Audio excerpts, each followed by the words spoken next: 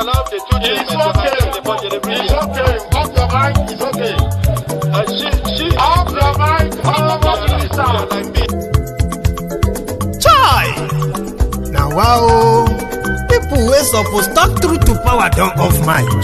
And if we talk, now 500,000 they go summer us, call them hate speech. But fear not, my ego don't come. Ingo torchlight every corner, nooks and cranny of all these bad people where they spoil our country.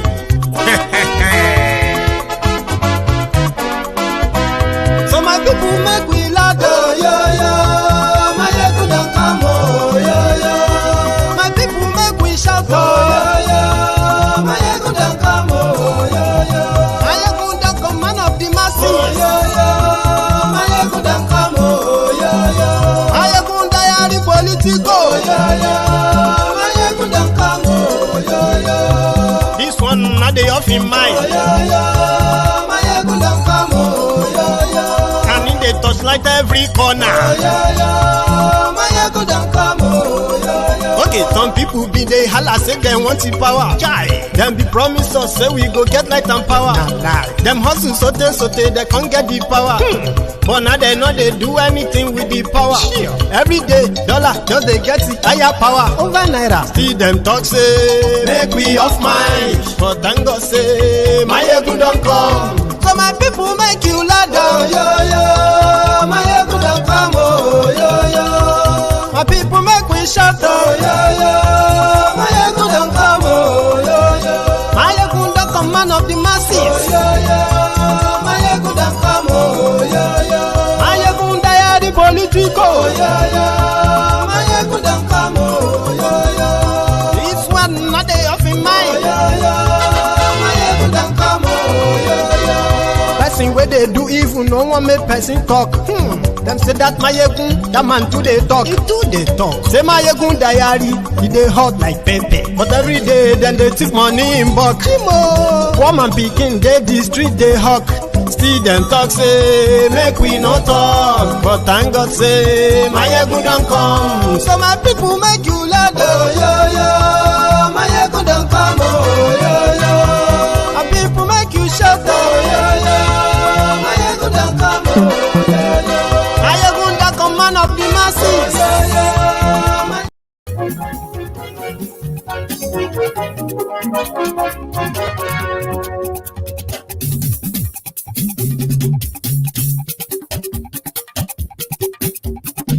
Mayegun làwa mọ̀ làmọ̀ tó dòdòdò. Mayegun diary, Mayegun number one. Hello there. Mayegun làwa mọ̀ làmọ̀ tó dòdòdò. Mayegun diary, Mayegun number one. Good morning to you, good afternoon to you, and good evening to you from wherever you are watching from.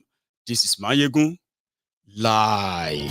Lórí YouTube. Mayegun diary, Mayegun number one. Gbogbo bó ṣe ń lọ ni Mayegun já wa sí. Mayegun diary, Mayegun number one. Àṣírí ọ̀jẹ̀lú kì í kó níbẹ̀ o. Mayegun diary. Thank you so much for joining me from wherever you are watching from. Remember, share this broadcast. Invite your friends. Invite your not so friendly friends and tell them that Mayegun today. Read the caption of the broadcast. At the same time, read the description as well. It's going to be an interesting night. Again, share the broadcast. Godfather is in, kò sí lọ́rọ̀ Mayegun. Mayegun diary, Mayegun number one. Ẹ farabalẹ̀ sẹ́ o, kẹ́gọ́rọ̀ lẹ́nu.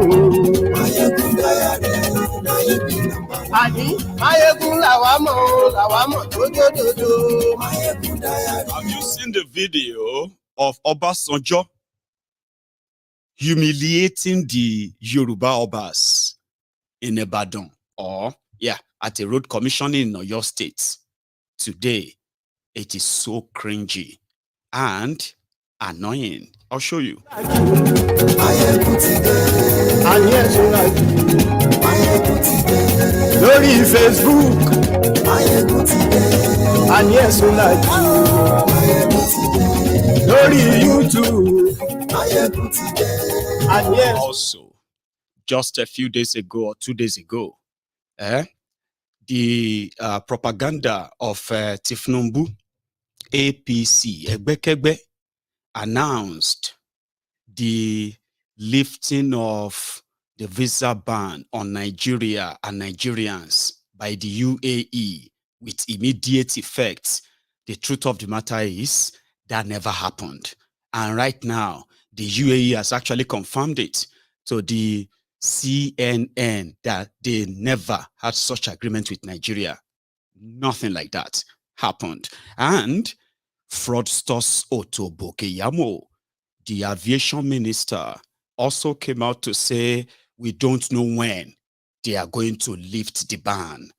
Genje, àwọn Genje gbájúẹ̀, share the broadcast.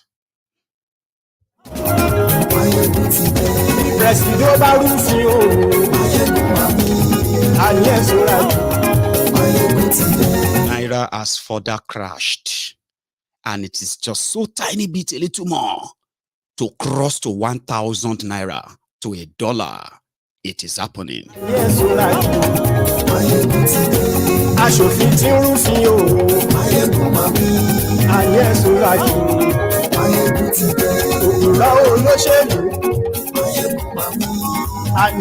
Just some other side info. Tonight is mainly an open mic where you, who lives in diaspora, you actually live in the diaspora, we would like to hear your story. Why did you leave Nigeria? What was that thing that finally, it was like, this is it. This is the final thing I'm going to actually take. If I have a chance, I'm going to leave this country. You've left Nigeria for a while. This program tonight would like to hear your story, collate them together for the education of those who probably are also going to be watching. Do you understand? So share this broadcast before we go straight into that embarrassing, humiliating moment that Obasanjo commanded Yoruba Obas to stand up. Stand up. Whenever you go to a public gathering and the president is there and the governor is there, whenever you want to greet them, you have to stand up. Edide.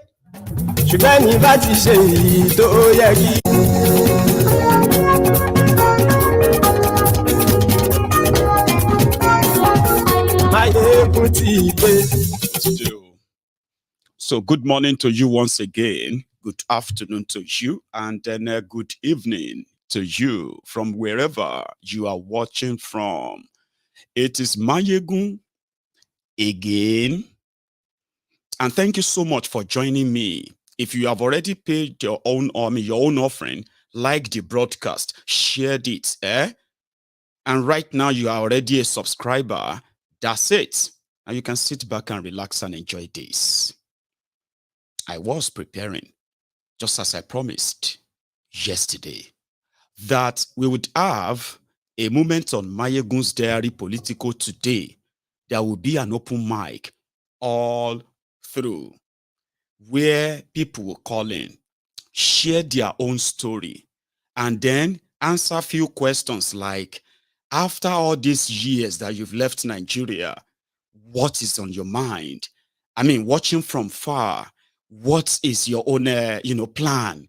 Things like that, so that we can have a very, very kind, deeper convo around these subjects. But while I was preparing for that, this video just surfaced on my own loop, and that was Obasanjo. Initially, right, I have seen video of a newly completed road constructed by Seyi Makinde in Oyo, and this new kind of link road, right? He invited Obasanjo to come and commission it. Oban Paro got there. The old man, I don't know what got into him. I've still been trying to figure it out in the last few hours when I came across that video. I'm going to start with that because I'm a Yoruba man, yeah? And I'm expected to respect the royal stools. You know what I mean? I am not kind of, kind of allowed per se with public perception to publicly criticize the occupant of royal stools in Yoruba land.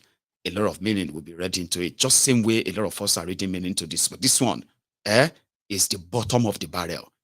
Obasanjo, today.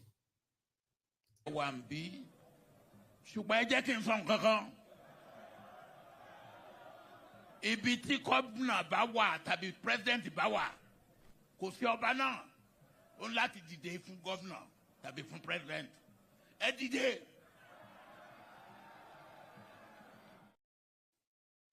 It's like every day I have the full version, but something just tells me that for a lot of people to understand why Nigeria is what Nigeria is now. You see that clip I played yesterday? I'm going to repeat that clip today. The clip that explained, right, what would have been instead of what has been about Nigeria and why a lot is wrong with the current territory called Nigeria. And Obasanjo and his like, they are the lord of the manor. They are those who destroyed the traditional institutions in Nigeria. They reduced them completely. They were those who felt like immediately the second republic, the first republic after independence, when they were doing all the rearrangement of Nigeria to what you have today, and then put the royal fathers. People were like kings who led kingdoms, their own forefathers, right? Fighting kings. They put them under local government administration. It doesn't matter whether you are first class, second class, or third class, it doesn't matter. You are under the local government administration. So there is not going to be anything. The people that will be determining your fate, they are actually going to be the rung of the bottom of the barrier. So you're not going to have a chance and begin to feel like because you are a king, then maybe you have some level of supremacy or whatever, or competition with somebody who is president. Do you understand president? Somebody called president. So they downgraded the Nigerian traditionals to what it is today.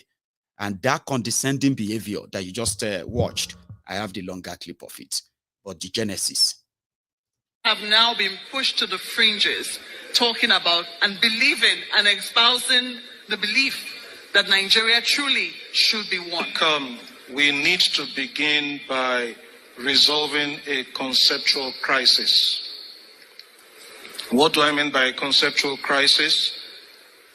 Quite often when we speak about Nigeria, we collapse the distinction between country, state, and nation. We tend to think that the three mean the same. We tend to think the three are synonyms. A country is a territory. From the Latin contra terra, the land that lies ahead of you. A country is a territory. It is not necessarily a nation. A nation is an association of peoples. And I use that word in the plural deliberately because of diversity. A nation is an association of peoples who identify their shared core values. And on the basis of their shared core values, they give themselves a constitution which will now establish institutions that make up the state. What we have in Nigeria and in most African countries is a confusion where we think the nation is the state. The nation is reduced to the state. We have a country quite all right by the fact that we live within a territory, even if that territory is not secure, as we all know. But we don't have a nation. We have institutions that make up the state. We collapse the nation into the state. If you look at our constitution, section 2 of the current constitution, and you don't find this in the 1963 constitution, it ascribes sovereignty not to the people but to the state. That is dangerous. That means the state has the last say on any question. That means the state is more powerful than the citizen, that is a recipe for impunity. Because as we all know, the state is the head of state, or the governor, or whoever represents them. Whatever they say, we all have to comply, whether they're right or wrong. So we don't have a democracy in the true sense of the word. Oh my God. And until we have that, until we build a nation, we can't even talk of unfinished greatness. And I have to make a critique of the title of Governor Fayeme's book. It presupposes that there is a project that is unfinished. I am saying we have not even started the project. Oh my God. And we need to stop deluding ourselves. What are our shared core values? What are the things that bring us together, apart from the super egos? You know... So now we can go back to Obasanjo. Because some people are like, whatever was within him, we have seen Obasanjo as old as he is, right? Over 80 years as well. He has paid respect to different royal stools. It doesn't matter. You know what I mean? Especially in Yoruba land, it will prostrate, it will kind of follow everything. But what could have happened? That at that point, you know, it just threw all caution into what? Into the wind. And I was talking to somebody about it. You know what they told me? They said, Baba, Nigeria is going through something that Nigerians have not ever seen before. That is like AD. The criminals that are ruining and destroying Nigeria, APC, Egbekegbe, they are telling themselves that they are doing the greatest job, the best job. Sure you get? That those who are complaining, they are those who are enemies of Nigeria. So you see the mix, the miss point there now, Abi? Nigerians who are going through the hell because of APC, Egbekegbe, that are lamenting and complaining, APC, Egbekegbe feels like they are doing so well that they have to continue, which now makes it look like, oh, everybody now die, everybody die. So when they talk to the citizens, they talk down on them. Abi? So what could have entered Obasanjo other than the main impunity that the system represents? You know? But it is kind of more than that. Afibiedi. Ejo.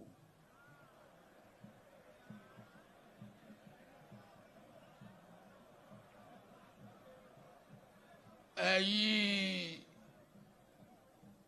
lọ́balọ́ba orí adé mo kí yín kú jókòó ẹ ṣé tẹ́ wà ń bí ṣùgbọ́n ẹ jẹ́ kí n sọ nǹkan kan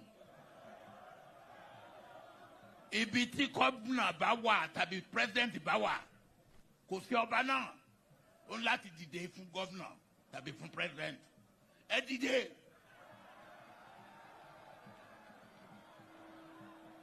Ẹ jókòó.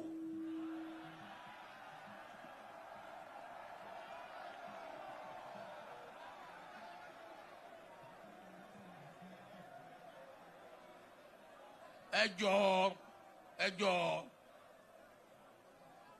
nílẹ̀ káàárọ̀ oòjíire nǹkan méjì là ń bọ̀wọ̀ fún among others. Age ọjọ́ orí àti ipò gómìnà ní ipò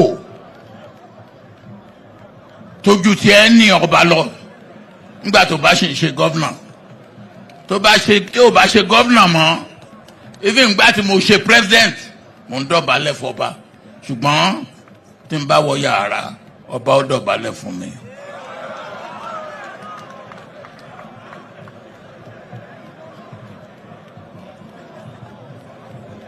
So ẹ jẹ́ kí a gbé àṣà wa ká gbé lárugẹ. Did you get that? Sorry if you don't understand Yoruba, I will explain. Obasanjo wanted to demonstrate that a governor according to Nigeria, which is true. No thanks to people like him. They did it. So he wanted to demonstrate that the governor of a state is more powerful than any Oba. It is true. The president of the country is more powerful than any Oba. It is true. But is that right? Does that make it right? No. So to demonstrate that, he ordered them to stand up, then sit down. So he now started explaining to them that even when he was president, he prostrated for king, which we can now see that is not actually because he's a cultured man. It was all for photo op.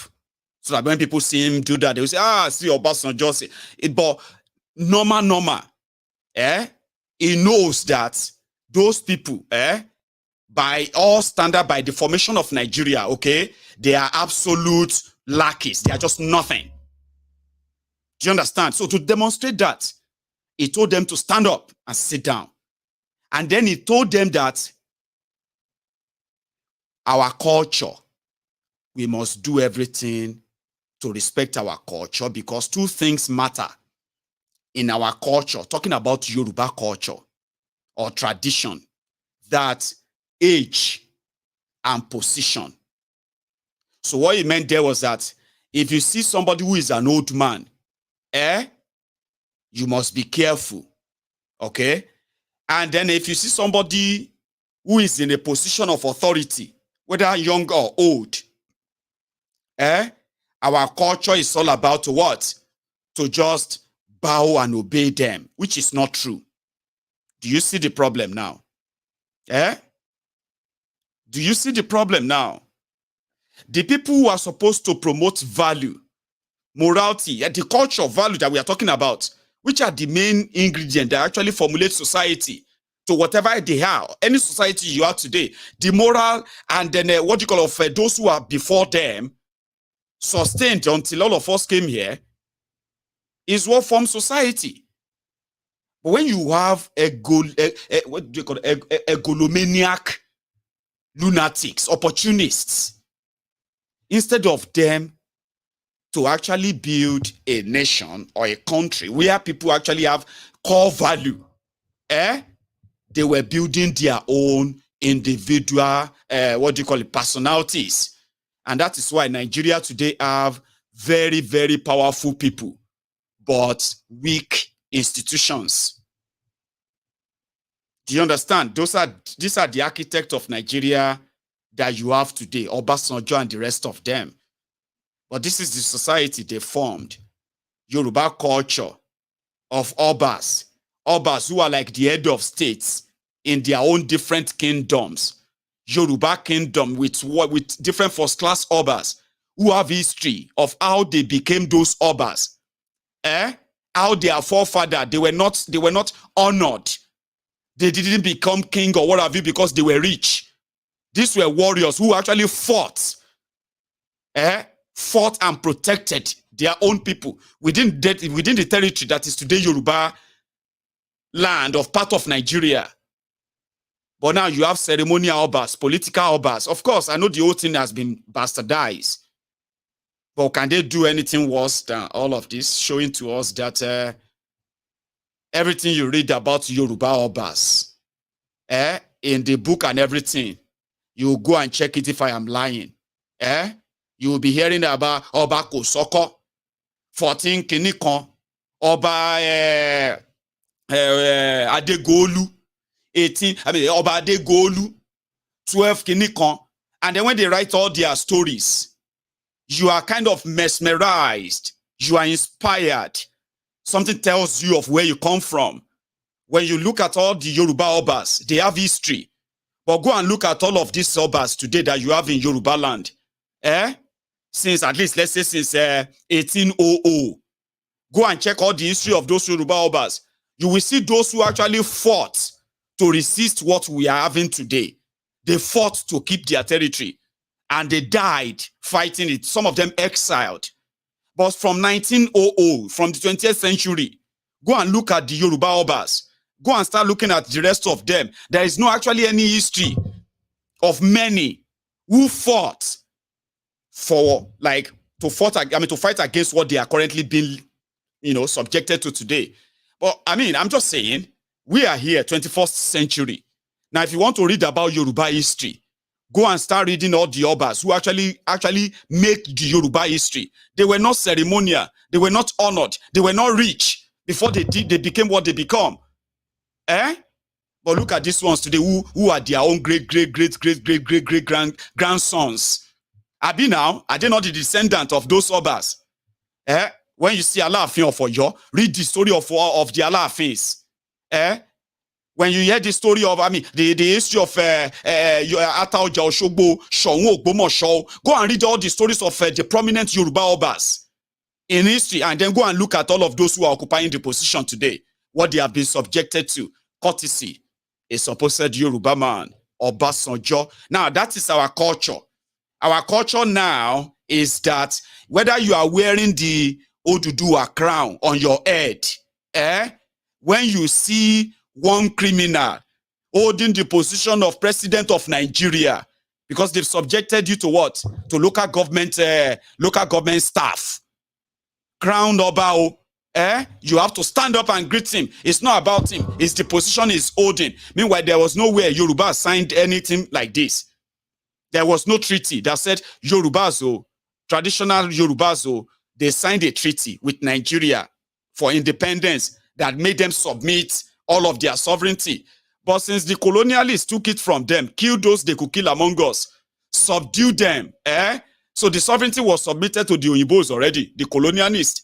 Now, when the government came back to the Dudu and Dudu, black to blacky, they sustained it. They didn't return the power back to them.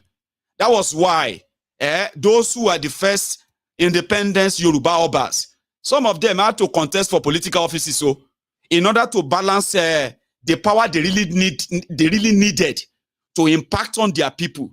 What do you call it? Alaafin of Oyo, Oba Adesoji Aderemi even became the premier of Western region, or Ni of Ife. This was how everything was like until it became watered down, that we have political Obas today. Oh yeah, Dide, they will Dide. Oh yeah, Joko, they will Joko. And they will now turn to all of us, this generation, and say, that is our culture. That is our tradition. So if people like me, Mayeguna said, they will say, I don't get respect. Are these ones guaranteeing anything that actually protect the interest of Yorubas to say, the Yoruba, if we continue this way, Yoruba will not go into extinction. Like this. Ridiculous, ẹjọ́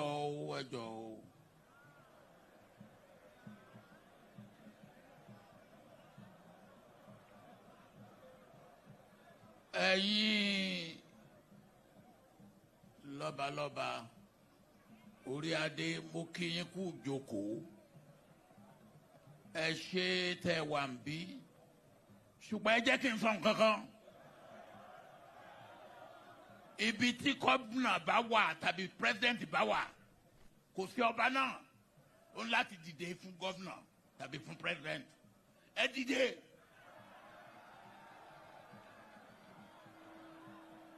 Ẹ jókòó.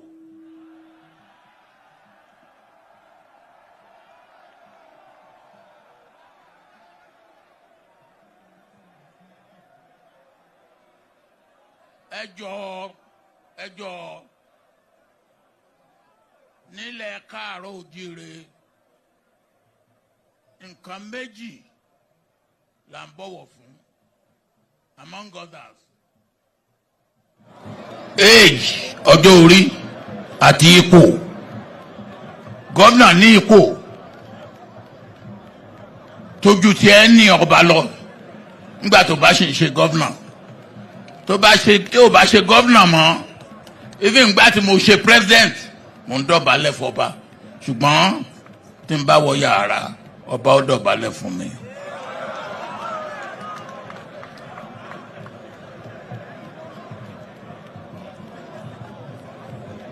So ẹ jẹ́ kí a gbé àṣà wa ká gbé lárugẹ. It is smoke Igbo.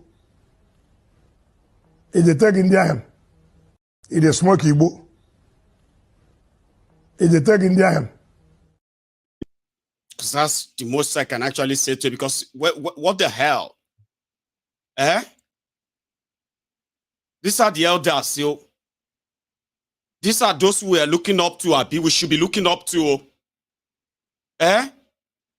Irresponsible people who don't know that they are actually committing irresponsibility and they still don't want to be responsible. Eh? She life ni. And did you see the Obas? Nobody say I actually they have any way out of it anyway. Eh? I just don't know how long it's going to take them to possibly scrap them, and they can just take all of them and say, well, you know, imagine Oba. Do you know what it makes to be a king in Yoruba land? Now, all of you are now just watching Yoruba movie. They are where you can now see all the desecration of that same Oba, a king, and God knows, God help. So now you have the reality, right there, political Oba saying, they are the same of those ones. So those are the ones that are going to say, "Mafori ade shekpe fun ori ade wirewo, ori ade noda." Eh? Because of that beaded cap that you put on. Be careful. Don't let me use ori ade to curse you. I can use this if I open this crown. If I I can say you can die in self. Abe ko shidanu. E ko ri busigbo. Etan ade ori were yin. Eh? We are watching how you are all playing your part in desecration of what is supposed to be the unique Yoruba culture and tradition. And the main symbol of that tradition and culture, we are seeing all of you desecrating all of that. You know, humiliating all of that. And then all around you say, hey, I'm a year beru agba. Anya agba no da. Chenya agba no re. Do you even care like we're actually seeing you? Eh? Or you are just irresponsible that you feel like nobody should kind of hold you responsible for anything because you are agbalagba. Eh?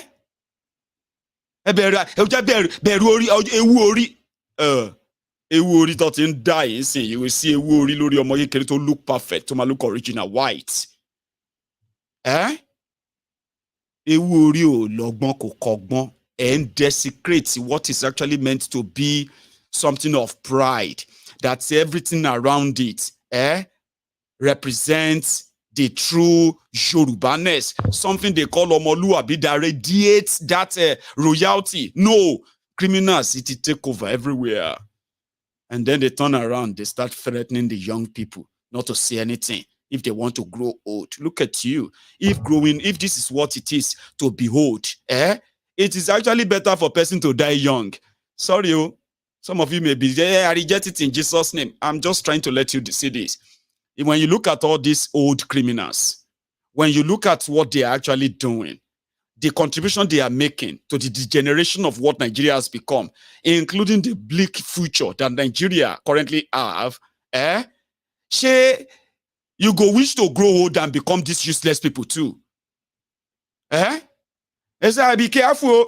If you want to grow old, look at these useless old men and women, irresponsible old men and women.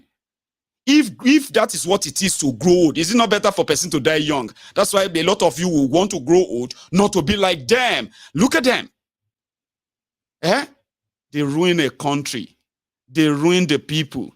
And they are not even taking responsibility for it. And here we are. Even culture, tradition, everything, all in the gutters. So everybody is kind of, it is, I mean, anyway, that may be a little bit personal, but let's go a little bit further. Okay. Ladies and gentlemen, boys and girls, I hope you are currently tracking the tinubunomics. For a lot of you, they told that very soon you will be seeing the results of Tinubu's magic or whatever he is doing, Abi. And I told you that even though some of you would want to say, give them time. And I said, Saturday that is going to be a little bit better, you would have started seeing the sign on Friday. If that Sunday is going to be a kind of a better Sunday, there's going to be a chance that you would have been having the feeling from Saturday. You see, if tinubu is going to be different from a Bokwari, his first actions, right, would have shown that he's taking a different direction. Baba, in fact, the direction is now kind of taking you right now. By the time you arrive at your destination,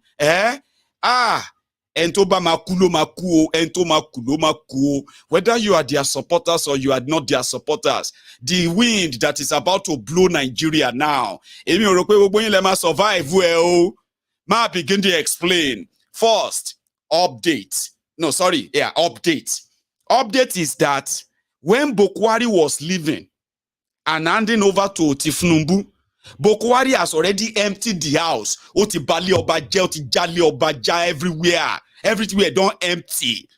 It don't bad. Nigeria don't bad. Not only that, they removed the roof, removed the fittings of the building, like a whole building, right?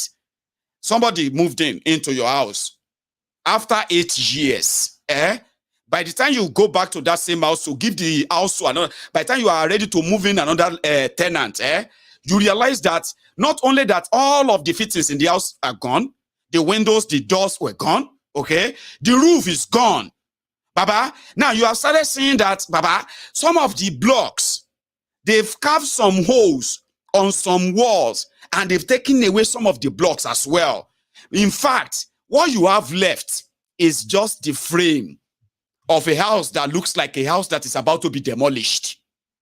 Do you understand that description I just gave you now?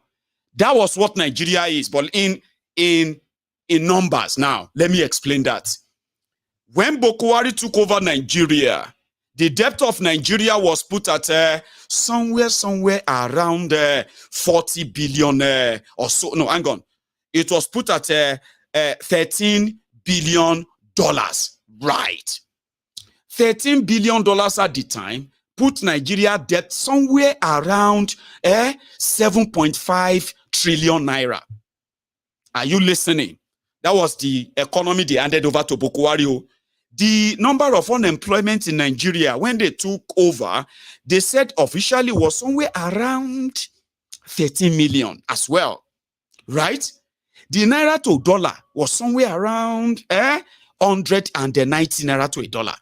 Okay, the economy of Nigeria was based, okay, or rebased, and they said the economy of Nigeria was somewhere around $520 billion, the biggest in Africa, and it was one of the 3 fastest growing economy in the whole world. And they also said, with Nigeria economy continue at what it was then, even though poverty there, sure you get now.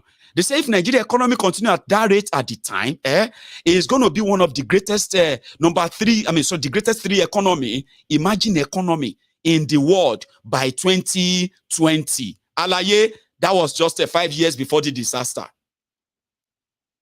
Now, let's just fast forward that. The foreign reserve of Nigeria was put at somewhere around $38 billion.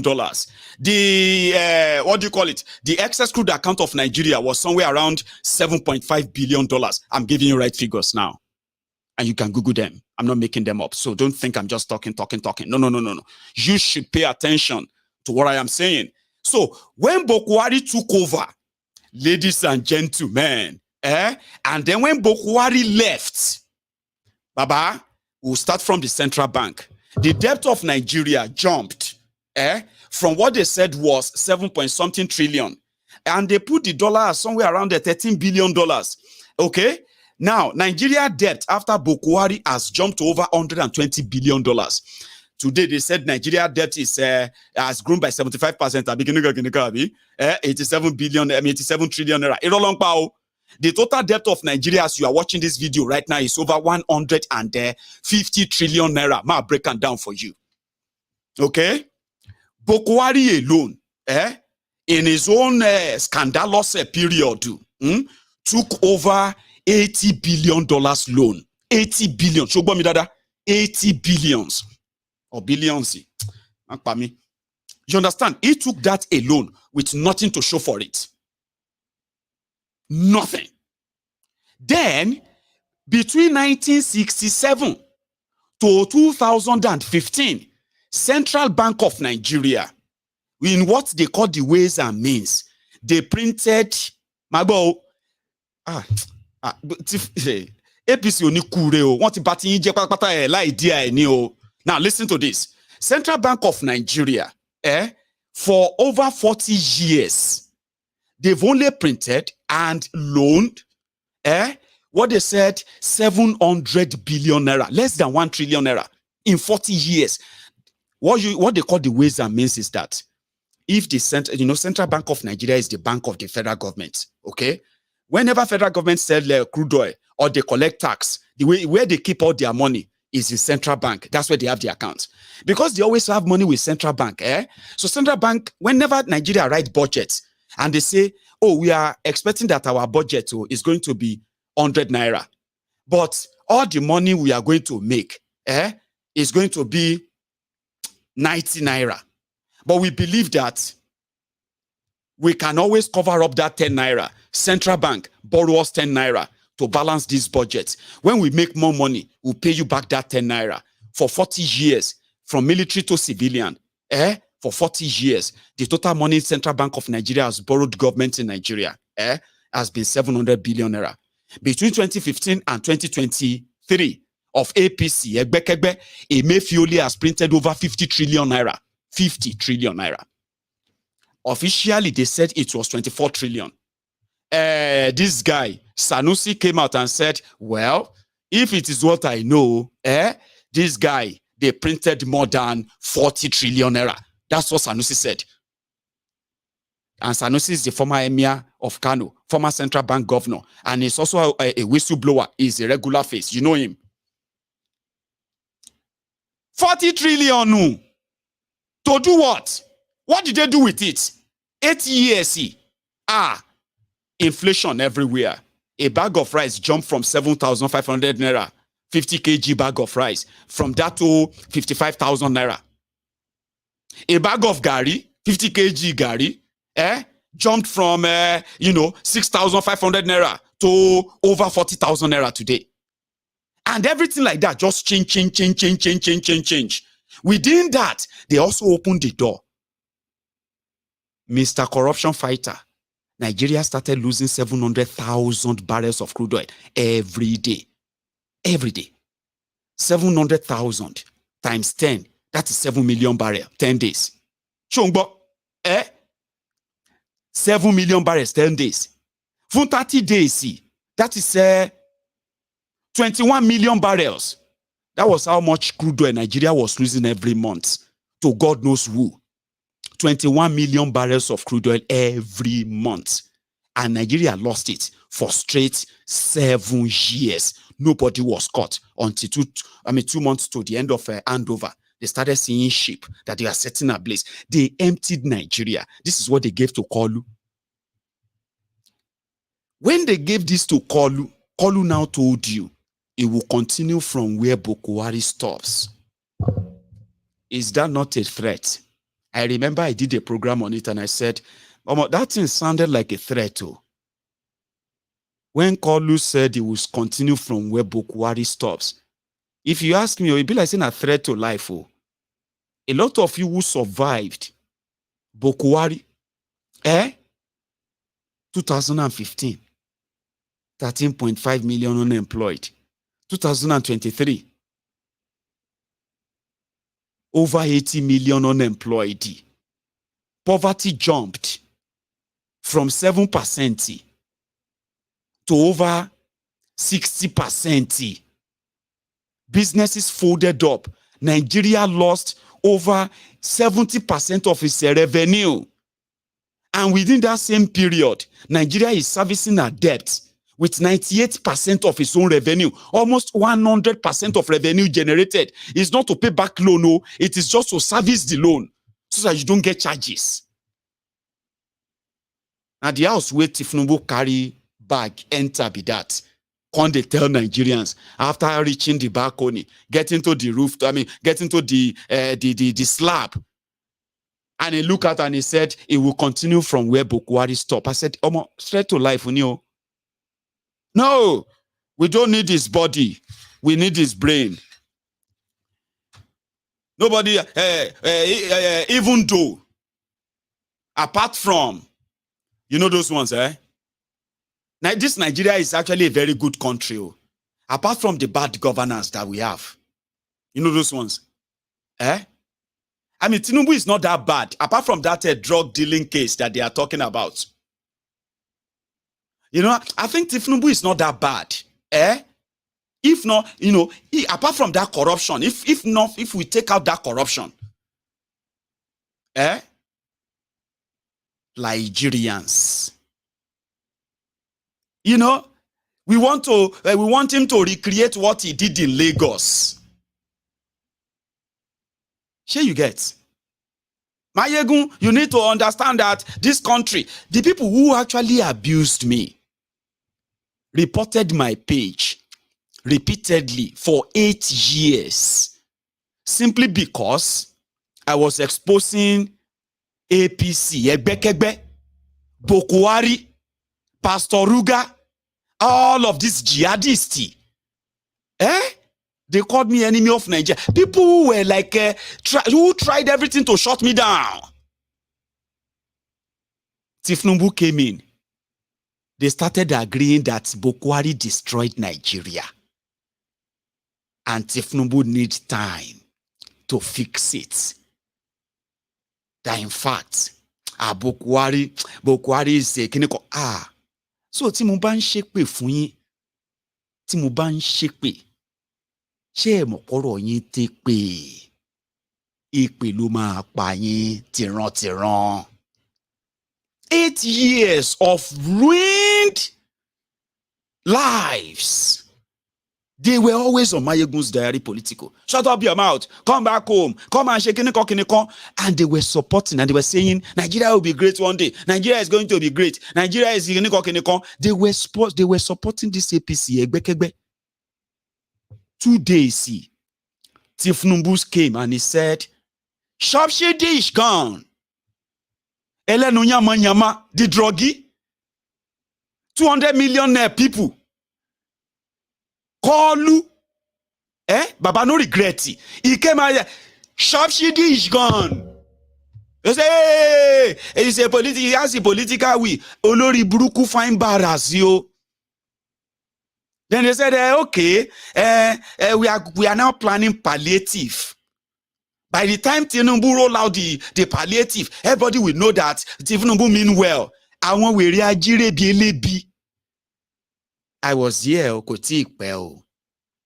and I said, AJ yalaye wa gbolorun. Àwọn torun a wò pé kí ló dé kí la people yìí ṣe. You understand? When dead people, they look at the map and they see all of you. They say, is that Nigeria? They say, it's Nigeria. Kila people yìí ṣe. What did they do? Ejeya. I'm not wishing it on you, but the results are already coming out. So Kolu now came out. Subsidy is gone. We are going to save money. We are going to invest in money. The same script. No plan, no. They had no plan. Nothing. I know the results don't come out. And it don't come out too fast. The depth of Nigeria, that I know of, not all the ones they are still putting under the book. They are not telling you now, okay? The total depth of Nigeria, local and foreign, just put it at $150 billion. Toba Shesi Naira, Omo Yami, we are now looking at 130 to 140 trillion naira gbese. Ti Nigeria ti ba Nigeria lowo yi. You see that naira, naira. Some of you, if time permit them very well, in 8 years you will be using your wheelbarrow to carry naira, or you will have 10,000 naira notes. you have 20,000 naira notes, okay? You have 50,000 naira notes. If it's life in law here, but just a man rush. Now small, you go get there. These criminals are saying something, you are believing them. They are speaking grammar, and then they are putting people out there to begin to explain to you. Share policy that will help you require interpreter ni. Any policy that is going to help millions of people. Show by interpreter ni. Show to by into mama explain it for any. Now when the fraud they inside down, now then you go know say the intention is not to help you. It is to take advantage of you. And that's what they do. What did they do? Dish can. We are going to now there. We need loan. How much do you need? If you ever see $1 billion. $1 billion. Okay. You still say 1 billion go there enough? Oh yeah, make a 2 billion. Are you sure? Oh yeah, make a 3 billion. You better talk now. All this one that you are not making up. You know, fair. What do you want? It's just that we have told the people that we will not borrow money. And I don't know if I should ask. Oh, yeah, make 6 billion. Within a space of 3 months, Tinubu's government have already taken over $7 billion loan in naira and in dollar, in crude oil swap or this or that. Somehow, they're now saying that this report you are witnessing is just like a back end from that of Boko Haram. They now announced that fake. This thing that you are seeing on the screen is fake. The figure number is fake. You see where they put 87 trillion. That one they say 87.3 trillion. Baba, I advise you. The right figure there is 147 trillion. But me had the 60 trillion. Mokiakia, Joe, Adam. That's the total figure. You see where they said $113 billion. When you put it in dollars as Nigeria debt, Omo Yami, just me had the 37 billion more. Add 37 billion to it. $150 billion. That is the debt of Nigeria. Surely it only here. It is to kind of manage it. You know, they hate it. This is why they hate social media. They say social media will pick something so small. They will elaborate it. Do you understand? Because they love to be in control of information dissemination. So that from the source to the consumer, all of you, they already package it. So that it can look like, say, that debt is too much. Oh. But I thought Mayegun said it's 150 billion. Actually, it's just 113 billion. So what you buy? Do you understand that way? Once you read them and you say, I thought that Mayegun said it's 150 billion. Actually, it is just 113 billion, Sha. It's just 113 billion. So that their propaganda has worked on you. Sure you get. So from that way, they will say, if Mayegun, that said it's 150 billion. Listen, original figure is 113 billion. Don't listen to him again, no. How many other things that he's already told you that are lies? Omo Yami, Omo Nkoni. You see, when person where they blind, you know they see. Can't tell them, say, hey, Joe, take me to the market. Whether the market is full or is empty, even when nobody say anything, Baba, if you are not a dumbo, you go know, even if you are blind, Abi. Listen to this one. Kawentama believe no amejeju. In 2015, a bag of rice was 7,500 naira, 50 kg neo, 50 kg. Minimum wage in Nigeria was 22,000 naira. No, sorry, 18,000, rather, 18,000. That was Jonathan's minimum wage, 18,000. So if you get paid 18,000 naira, you can buy yourself a bag of rice, pay your house rent a month of 2,000, pay, what do you call it? Get yourself some other food as well, but a bag of rice, what do you want to take a bag of rice to? Half bag of rice, Which means with your 18,000 naira, you know, be say you reach, you are still kind of ambelong poor, but at least, you can just say, okay, when I take my salary, this is what I do, this is what I do. You understand? Poverty level, 87 million people poor, 2015. Then 2023, after APC, they said inflation call. You know, when they say inflation is 20%, now die you. But you see, 20% means if you buy a bag of rice for 7,500, what is the 10% of 7,500? 750. Washiri. Now, what is another 10% again? 750. Very smart. Add 750 to 750. Odelo, 15. Now, if they now say there is inflation of 20%, that simply means your bag of rice of 7,500 is now being sold for 9,000 naira per bag. Sheto Tony. Is that true? They told you that inflation in Nigeria is 20%. 20%. Our economy is so full. But they just read it in the newspaper. Everything has gone up by 20%. 20%. Then you go to the market and they say, give me that tomato bag of rice. We read it in the papers now that everything has gone up by 20%.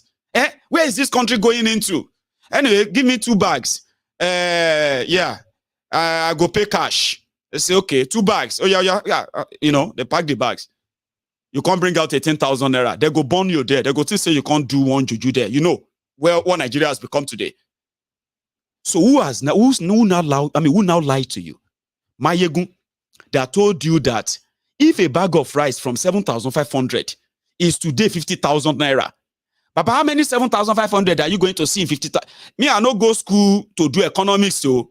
But when my money dey short, I don't need an economist to tell me how much of that economy is affecting me. I don't need grammar. How many 7.5 are you going to see in 50,000? 7.5, 15,000, 22.5, 22.5, 23, 30,000, 30,000. How do you do it to 7,575? That's 15,000, 13 yeah. 7,575, 15,000. You are going to see almost 7,500 in a 50,000, which means the money you are going to use to buy 1 bag of rice today, would normally buy 7 baggy. Baba now, say you need economists to tell you pay olori buku na people. Do you need an economist to tell you pay when they say inflation is 23%? Mayegun is saying that inflation is 800%. They say, Mayegun, that's not how to calculate economics. Shen shununi. Shen wine wani. Minimum wage cannot even buy a bag of rice. You they speak English. You they calculate bodma. Show wine wani.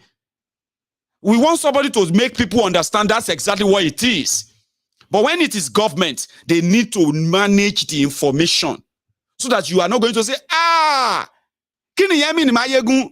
I say, whoa, the bag of rice is 800%. Bag of kilotin pe pampasi. They are even selling a go circle condom for 1,000 naira. Now people are beginning to practice celibacy. Celibacy, you know. That one will be say, you go just say, I just want to reserve my body for God. You know that time when you say, I say, how much is baby milk now? He says, SMA Goldie is now 10,000. Anyway, how much is Pampasi? And they say, Pampasi, we have a full pack, is now 11,500. Any, Baba, go circle is 1,000 naira. You have the choice. Choice is yours. You know? Economy. Something that nobody needs to sit you down and tell you. You could just sit down like this and say, Omo, My mind is like I should just be somewhere, you know, like with sunshine, very next to the sea, like a vacation. But the moment I check my bank balance, I realize that it can only take me to, instead of vacation, now depression. That is economy. That is real. That doesn't need English. It doesn't need formula. It doesn't need too much grammar. These are the things that are real. You can feel and say, Omo, ilu iti leo. And that's why I said, those of you who are watching tonight, if you have a chance of calling in, share your story. Tell us, what was that actually got you like, Chooks, speak louder. I don't speak louder. Nigeria won't kill me, help me. I say, you go travel? I won't travel. If I don't leave this country, I go die. When was that stage? The Nigeria get a shock of it that you stop lying to yourself. This country is going to be a great country.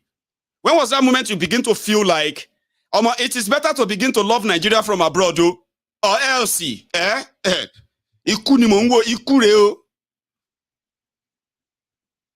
when? Because economy, you don't need too much English. Look around you. Tifnumbu in 3 months. They said they were going to do something with Naira. Naira is going to turn. It's going to shaking it. She just started speaking grammar. I said, oh, she will saw ye. What are they saying? We are talking about a market that is about demand and supply. If I come around and I enter Nigeria market today, and I have $1 billion cash. Except if I am mad. I'm just saying, But let's say I'm mad and I have $1 billion cash. And they are exchanging dollars for 917 naira, 918 naira to $1. Almost $1,000. 1,000 naira to $1. And I have 1 billion.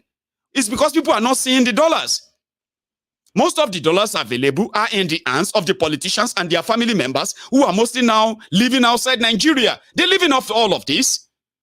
The money is not in the hand of those who are going to multiply the money. Businessmen. Do you understand? That's the problem. That has always been the problem. It is still the problem. So if I have $1 billion and I enter Nigeria and I say, I enter Oshodi. Kereo. Hello. Kereo. If anybody need dollar, banjo. 150 naira to $1. Banjo, 1 billion. That alone, $1 billion cash can suddenly change the price of exchange rate in Nigeria. Maybe not for long. You know what I'm saying now? But for that single day, the price of dollars in Nigeria can crash.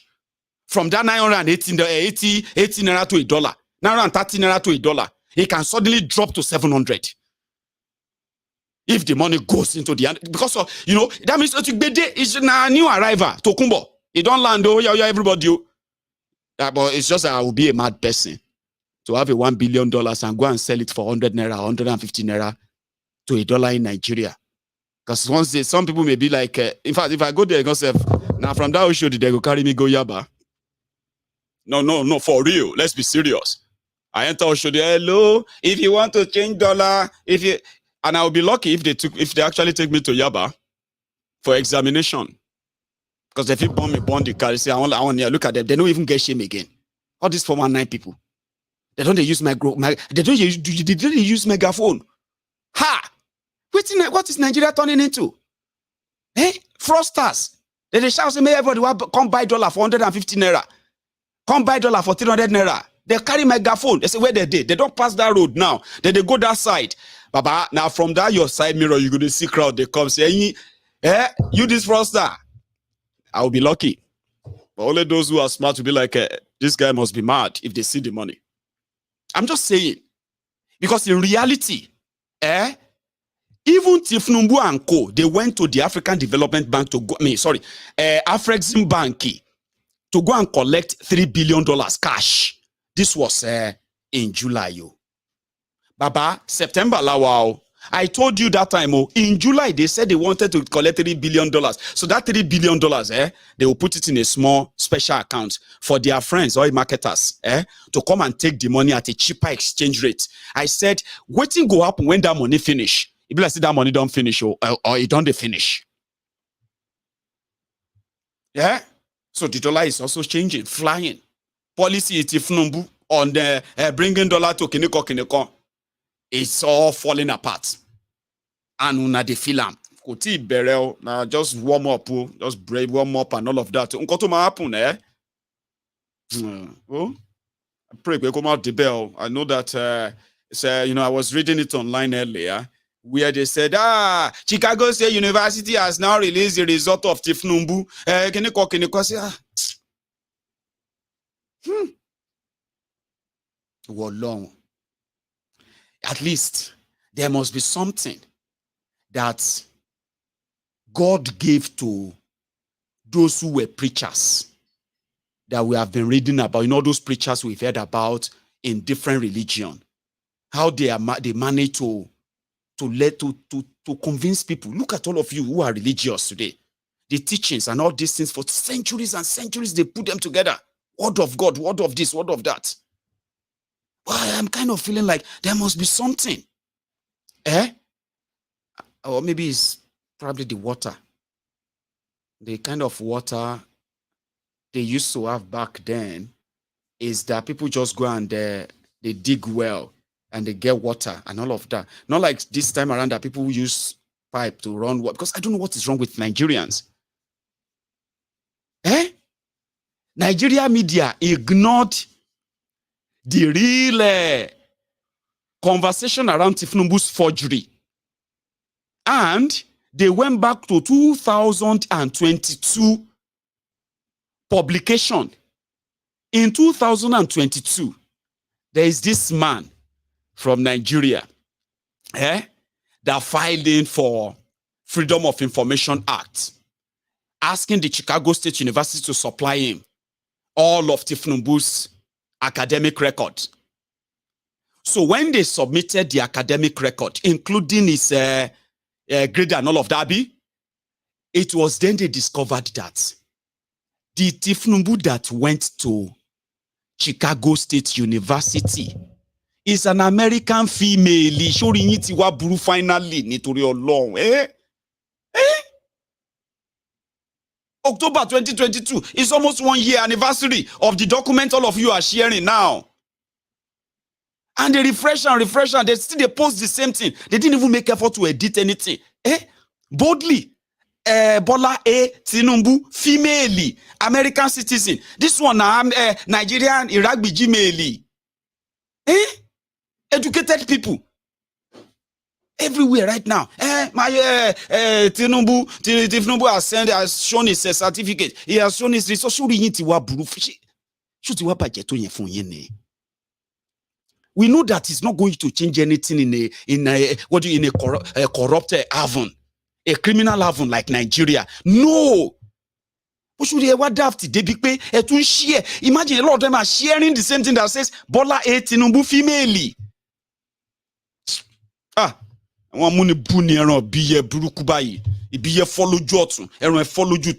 When they see this, they say which of them? They say, you see that goat, that blind goat of that blind woman. They say, what do you mean? You don't know that goat will get a blind eye, one eye, the left is blind. The owner of the goat, our own right eye is blind. So, did you see any goat? Amunibuni, ero biye. Ibiye follow jotu ero foni to see. You are sharing the same thing that says, okay, Tifnumbu transitioned. I mean, what's that thing called? When you change from female to male? She male. I'll show you something. Take a look at this, right? So they shared a general certificate education. This is not new. All these documents are not new. They've always been there. Now, you see all these results. The Chicago State University confirmed that, of course, there is a Tinubu that attended their school. They never denied that. Nobody denied that any Tinubu attended Chicago State University. Sure you get? There was a Tinubu that attended. But from the Chicago State University record, that Tinubu is a female. From further investigation, they discovered that even that Tinubu female, right, is also an American. This one is not American now. Your Kolu is not American. The Megad is not. And it's not female. How can somebody, Officer Kolu, see Officer Kolu, male? Officer Kolu, male. But when you look at this Southwest College, which is also part of what do you call it? The document filed into him joining the Chicago State University. It says here that she's a female. Bola A. Tinubu, female. But these are not new documents. That's one ridiculous thing anyway, okay? Look at that. Look at this. They stated it there. That's not even the only problem. That the Tinubu that attended there is female. The date of birth of Tinubu on this Chicago State University record, the date of birth there said he was born in 1954. When Kolu submitted this INEC form, Kolu said he was born in 1952. Where is that one, Jare Jelo Wajade? See it here now. Date of birth of Kolu, 29th of March, 1952. That's what he gave to INEC. But is Chicago State University, what have you said? He was born in 1954. Then another thing is that if you are like, if you went to this school, right? Of course, you can ask for your result or your certificate anytime. Okay? So we all know all of that. So why do you have to submit a fake one? That the university said they didn't issue that to him. We didn't give him that certificate. We don't know. We can't say if it is fake or if it is real. But we didn't give it to him. These are the issue now. But apart from that, I don't even know why all these Atiku and the rest of them are kind of, still going there when it's not going to change anything in Nigeria. Nigeria is programmed to be led by criminals. All these things happening in Nigeria is intentional. Nothing is happening by accident. Okay? Somebody said Nigeria is not working. I said, what do you mean? Nigeria is working. You don't understand. You see what you are facing in Nigeria right now. That's exactly what you want. That's exactly what we want Nigeria to be like. So you may say Nigeria is not working. This country is not. It's working for them. Nigeria is working perfectly for them. You guys are just troublemakers. Do you not get that? This country is not working. I'm tired of this country. For you, our leaders should do something. How can this? No, that's exactly what they want Nigeria to be like. It is working. Now you go say you don't want them. You go reject them. And when you reject them, you're not going to ask them to change it. Because they want it to be exactly the way it is right now. You can't report to them, say, our leaders, you must do something. Who will be your leaders? Or your dealers? Then be your dealers, oh. When they use you, deal. As long as Nigeria exists, you will continue to have horrible, terrible, terrible leaders with bad leadership. But I just don't know how long they're going to keep it together, if you ask me. I just thought I should drop at that before we continue to taking calls. I'm actually going to take calls. It should be an open mic. You know now, open mic is when everybody have to come and tell me, or come and tell us, what was that thing that got you? What was that situation or thing that got you to say, you know what? I'm going to leave this country at any given opportunity. Now you've left. I don't know how long you left. So I want to know, like, after you have left and then here you are, how do you feel about going back? And I want you to speak. I don't want us to make it a laughing thing, okay? I want you to share that story because a lot of people are going to be listening, okay? And these guys are also going to be listening too. Then a lot of you are going to realize that our stories are similar. I've seen people who said, because of the police brutality, when he survived from being killed by the police in Nigeria, that was the moment he felt like, I need to leave this country. Some would say, after all of the ASU strikes and all of this, he feared for his children or our family. They decided to just leave for the sake of their children. Oh, someone will tell you, oh, it's because of all of this. What is that thing? It would be great to share that evening with you. But I think I'm going to need to go and make tea. I've been drinking juice and it seems to be flat. Now, you can still like this broadcast, okay? Like it, share it, all right? And then put that call through. I will pick it. Trust me. Hello there. Hello, sir. Yes, sir. How are you? My therapist. I'm fine, thank you very much. Bless you. Now, thank you tonight so much, my is brother. mainly about, not just about what's going on in Nigeria, right?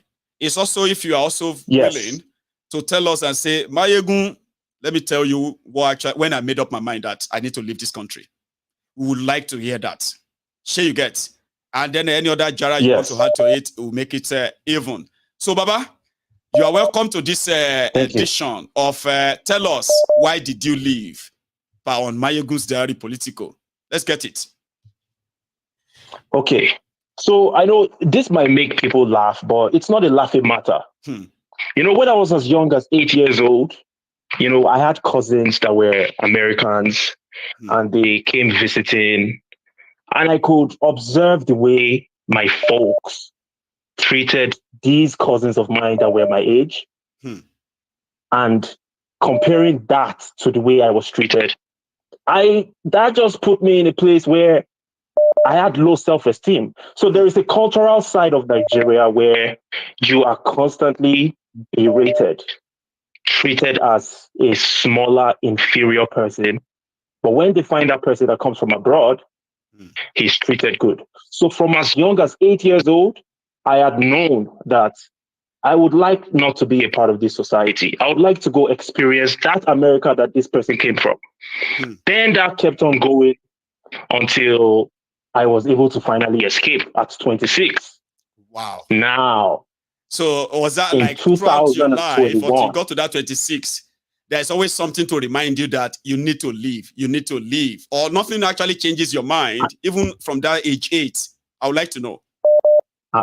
I'm telling you, between 8 and 26, every single day provided more evidence why I had to run away. Because right after, once I stopped living the Ajebota life and got into boarding school, and I started suffering. You will suffer. If you went to boarding school in the mid-90s from 95 to like 2001, you don't suffer, you will be punished.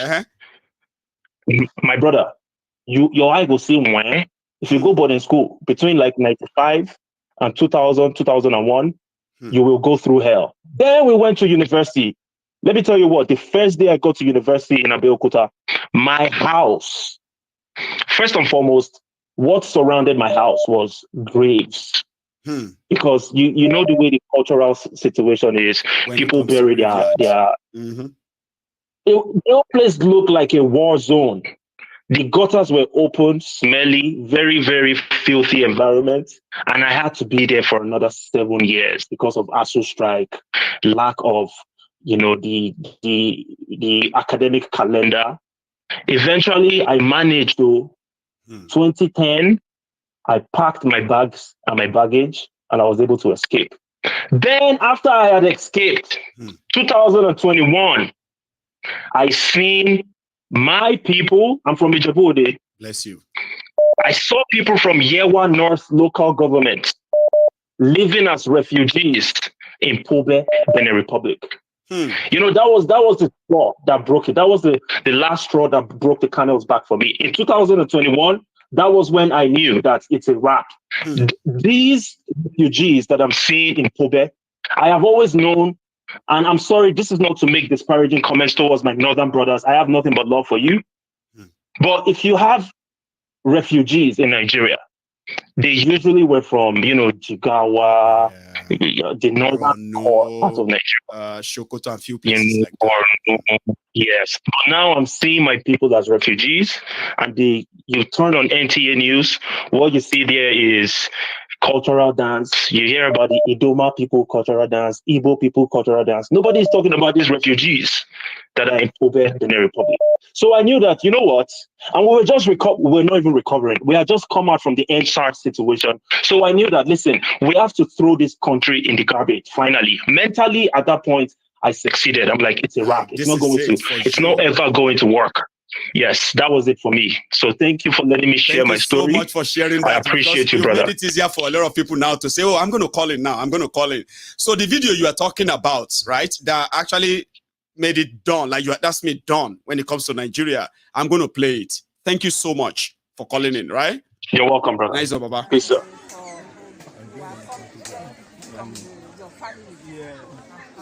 Due to that crisis, Fulani crisis that was occurred at our country. That's the reason why we migrated to this place. We are forcefully migrated to this place due to that by force. By force. It's not by willingness.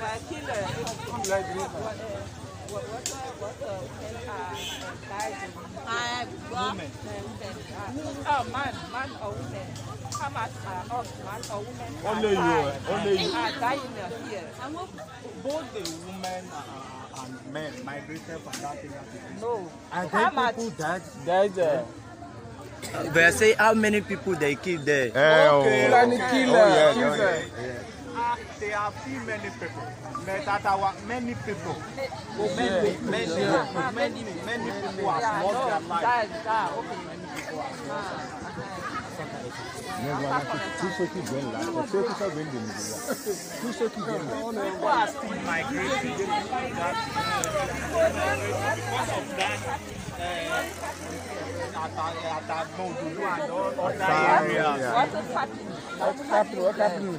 and all other areas. What happened? It's because of the Fulani crisis. Fulani, they are killing the people anyhow. They are killing the people anyhow. They will move from any from one village to another. They will migrate from one place to another. They just keep people. That's the reason why the people are scared. They move down to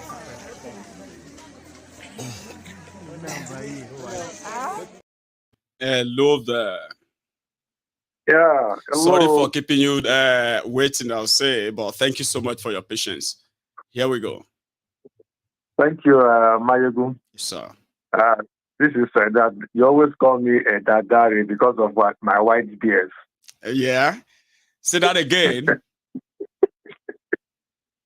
You say a dadari. I said this white beard is the conditions that made it to be white. Thank you very much. Thanks so much. I want to comment before I will tell you, I've always been saying this to you, but I will still repeat it again. You see, let me just comment on that tinubu's certificate that is going online. You see, you always say something. You say, these people, they know how to disrupt issues. Because they know that the credentials will soon be released. Probably the court is going to grant that faith for the university to release. They have already started infiltrating into the space with those documents. So that once the real one comes, there will be confusion everywhere. You know, you always these people they know how to disrupt issues. They'll say, is that one and this one? If you look at the person that first of all posted this document, it was Joe Ibokwe. It was Joe Ibokwe that posted it. One of theirs. He said, one of them said, this is the new result. This is he said the Chicago is not release this result. I said, this one has been there since now. What is these people talking about again? Meanwhile, when they will not release the real one, you will see that there will be confusion everywhere. You know. Everything is always duplicate. Both road transport, even union association, they will not duplicate things to cause confusion. That is the trademark of these guys. I know. And that is what they're trying to achieve. Again, by infiltrating the entire space with the fake ones, so that when others come, you begin to now which one is fake again? Okay, we've seen this before. Oh, we've seen this. You're right. These people, let me tell you, the other one you were asking about, what made me to leave Nigeria? That moment you felt like this is it for me. I'm going to leave this country. I know a lot of us have been traveling before we finally felt like, you know what? This is it. We've been traveling. You know, one of the things with this your program is that if you're in Nigeria, there are certain things that happens to you. You will not see it clearly until somebody explains it to you. I had a business. It's like you will pray, you will do this. You know, since a lot of things were coming up, you know, tax people will come, government agency. It's like somebody was just reporting you somewhere, or maybe your business was not, before you will know, they will just bring one paper, they will come block your business. You know, until when I listened to one of your programs, 2018, I don't know, in short, for some reason, I've tried to want to come out because of the business climate situation in the country, but I was not saying it's still better. I was not cut out for leaving Nigeria. I really like to be in Nigeria to do my business. But when I listened to one of your programs in 2017, that was after the election when Buhari came, even when the guy came, and that particular program, the man you said, a white man, there was somebody who was in the US, the man was just walking by, and you heard that particular program. The man said, I never, that statement is still in my mind. He said, if you're a normal person, you should not be in this country. He said, if you're a normal person, you should not be in Nigeria. I just sat down one day, I just thought of what that man said. If you're a normal person, you should not be in Nigeria. He said, because why he was saying, I think he was saying that it was saying that part of a contest that has to do with people who are educated, who are supposed to be in charge, to be running a country, doing things, making things happen. But the guy saw the enormosity and the potential in the country, and was not shaking his head and saying, you know what? If he was telling a fellow Nigerian that if you're a normal person, you should be in this, you should not be in Nigeria. I thought about it every of my day, from car, driving on the road, business dealing, talking to people, my brother. You become always just abnormal. feeling like, man, like, am I normal? Am I? You would just, the abnormality has made you to become normal. The abnormality has made you to become normal. So you are now feeling normal in that abnormality. I know. You will not realize it. You will not say, now people when they steal money or something happens, so it's always like that. So you have already become normal. So when you go to a system that is normal, you say, this is not normal care. You know. How? You know, so that's and I said, no, I have to start making steps.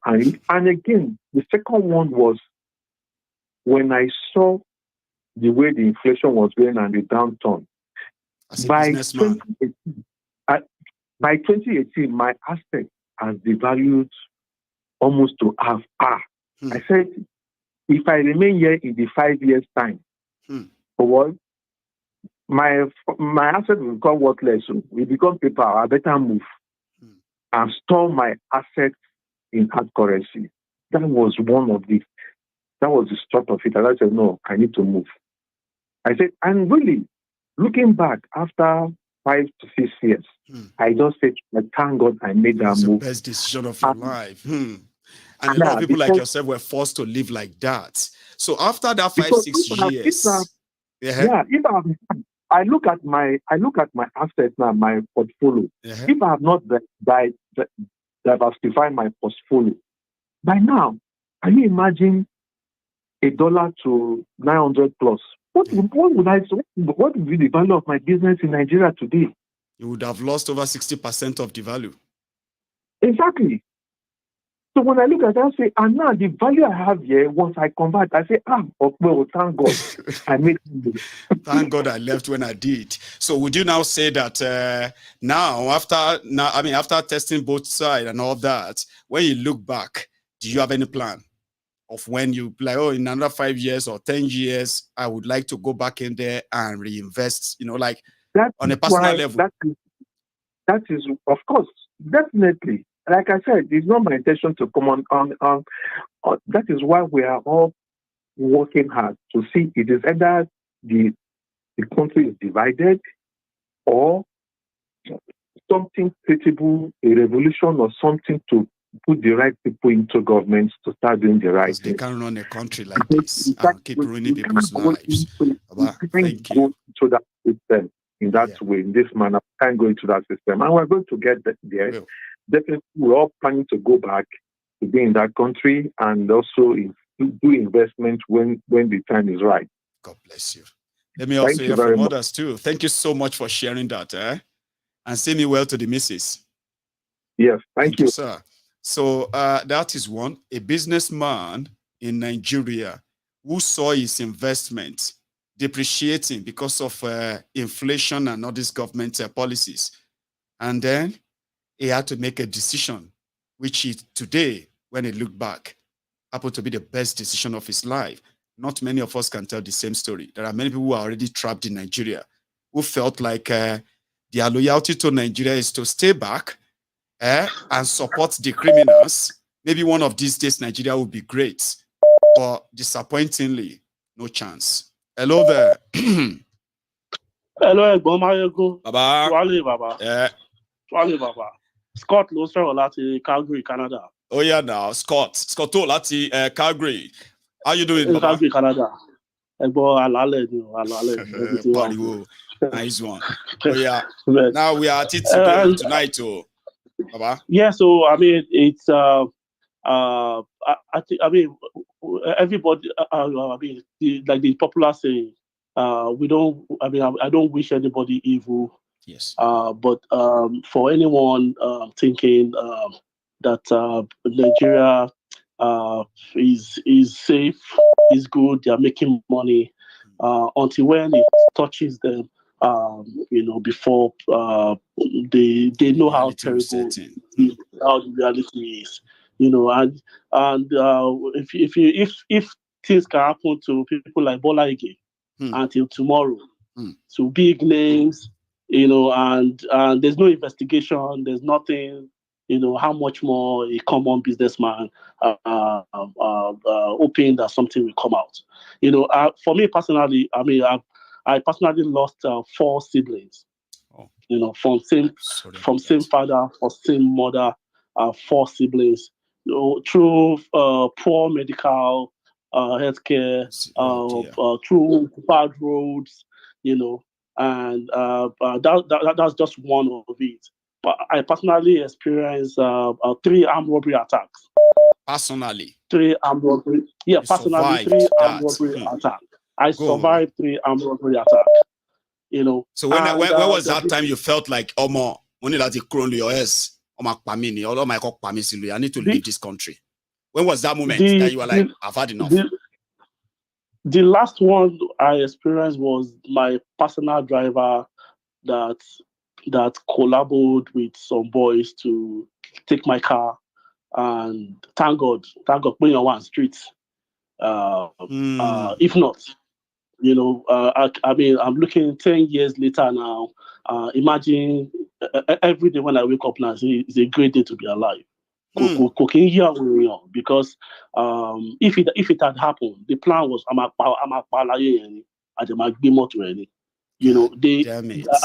was driving. Yes, I was driving Elox, and they told him that they will sell the Elox and give him that you will collect 3 million. No. I'm gonna go select a person will go sell them dead here. So they were already negotiating over your truck. They were over my truck. This is someone that I pay. His salary is more than a bank driver. So, I mean, these are, yes, and if you look, and that was the final one. That's like. So what happened? Tell me, how did you find out, and how did you escape that? Tell us. It was I went to a bar.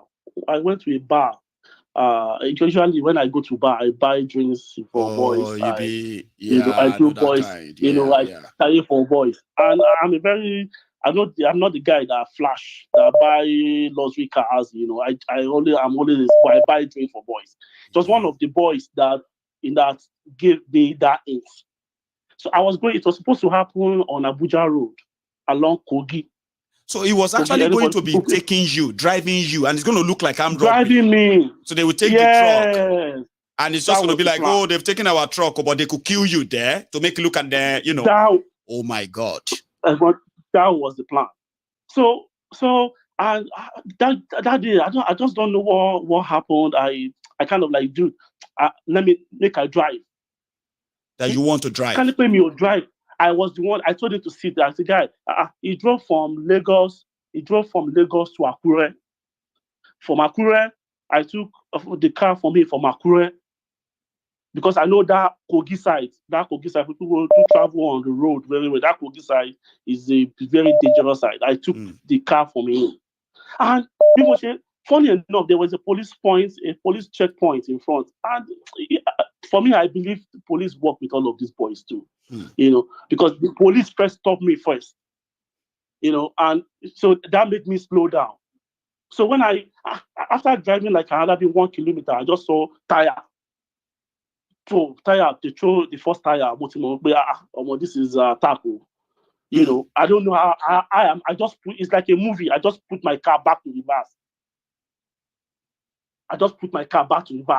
And you started going back to the roadblock that you just passed. I just went back. That thing just happened like a movie. I just turned. I don't know how it happened, but maybe I just God, you know. And adrenaline rush. A week later, I didn't even announce it. I didn't even involve my parents. I didn't even involve anybody. I just jacked back for Nigeria. Finally. Now this is what I'm going to kind of where I'm curious, and I bet a lot of our viewers are as well, right? Now, was the person who met you at the bar kind of an interview before the trip, or it was after? You know, courtesy is really high in Nigeria.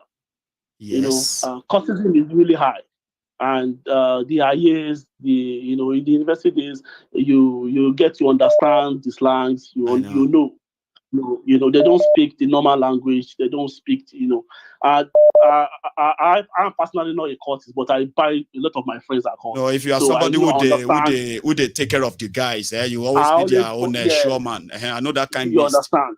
You're the friend to every one of them anyway. Exactly. You know, and that was the lucky. That was maybe it was God that spoke through that made that guy to speak just on second beer. And it was like, Alaye, and I want to tell you something, about. So how did he say it? Did he just say, I know say you go travel soon. There is a plot, or what? Yes, he just say, bros, how far now? Say, one of your guys, say, this guy, who will this guy be to you? You know, and like, I'm a driver, I take care of the guy, correct guy, if they do well. You know, the guy was just speaking in private with that guy, be careful. Just be careful. This guy, just the guy. You be sure person. You know, I give them clothes. I give them, and he said, just be careful. You know, and he said, say this guy, he get something we're supposed to be. I'm not supposed to tell you this thing, but a get issue we're supposed to happen. You know, and I was looking at what's supposed to happen. I travel like once every 2 weeks. Tell you, right? I see. People tell me. So it was when I left. And I called the dude, and I called him back. And I do after like 2 weeks. That guy, tell me more about all of this thing, because I had to involve a DSS guy with some investigation with phone record. I got all the phone record, all his phone record. And you actually found him to be in contact with those people plotting. I was listening to audio conversation. So for someone that think you have money, you have like you have money, all you need is money, you are fine. ISB Dani. Yeah? ISB Dani. You know, but for me, I don't think ever going back to Nigeria, well, maybe if Nigeria be a country that is safe, that is safe. I'm not planning my retirement. Sure, now, if it's going to be safe, we will know. Today we go know. That's true. Now today we go know. and as of today, the 15th of September 2023, there's no plan of it. There's no even plan. That and you want to return back no there plan, anytime soon. Yeah, is that your own coming from that personal experience? experience? Your own is more personal this time around. Like it's not like business or whatever. It's something with life. So that shook you. That somebody you felt like, you know, your close person. Go they plot that kind of thing. But because it got to you.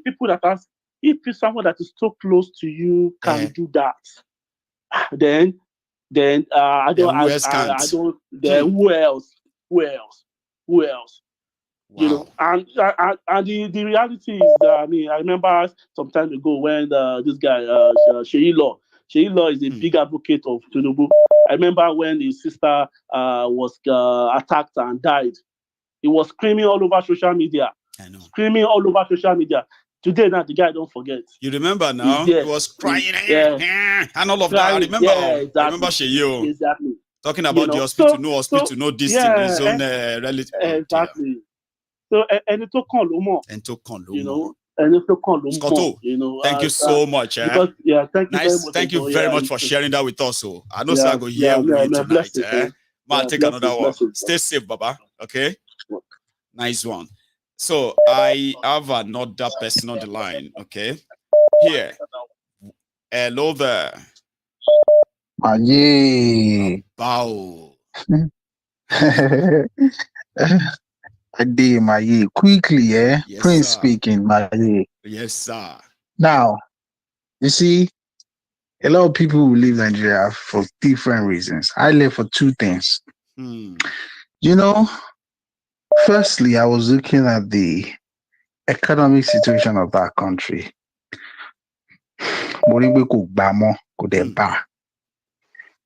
You know, in 2011, dollar was less than 200. It was. I think it was actually somewhere around there, 160 naira then. Yes. Pounds was 256 million. And, you know, at that time, we were still doing one or two things. Like, I need the dollar, we need naira, and we need dollar, we need pounds. By 2016, dollar, a pound was already 500.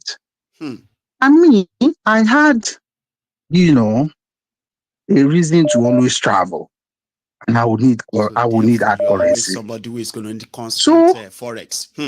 Yeah. So I was now thinking one day. I said, "Wow, will now you be using it to travel by any Louis buy?" At a profit. Okay. So exactly. So I became very furious, and it was important for me to always travel because, you know, they say where your heart is, where your treasure is, is where your heart. So, and me, I had no choice. I had to travel. In fact, I will tell you, on one of those years, in fact, I would travel about 4 times. I was a frequent flyer on one of these. Already feeling it from your wallet. I was no matter what everybody's talking about the economy, right? I told you. So I knew it was time. Then on one of those days, I traveled and I came back to Nigeria. And I will tell you this, Mayigun, that I feel no pity and I'm not sorry for the people in Nigeria. Because you see, everything that happens in Nigeria, people living in Nigeria see it as normal until they leave that country. So that's the reason why I don't argue with Nigerians in Nigeria. I will never argue with them about anything. Whatever they say, I take it. It's all good. So I will just... There's a place in Lagos State called Igondo, from Isheri to Igondo. I'm saying this, and I am sure that place is still there till date. The General Hospital in Igondo is located beside a refuse dump that is not properly managed by Lagos State. You see this refuse dump, Mayegun, this rainy season in Lagos, you can't pass that location. You can't pass through that place. Mayegun, if you know anybody who lives in an emotional local government, you see that refuse dump is so bad. If you read the so comment, you see bad. some of them talking too. Go on, Baba.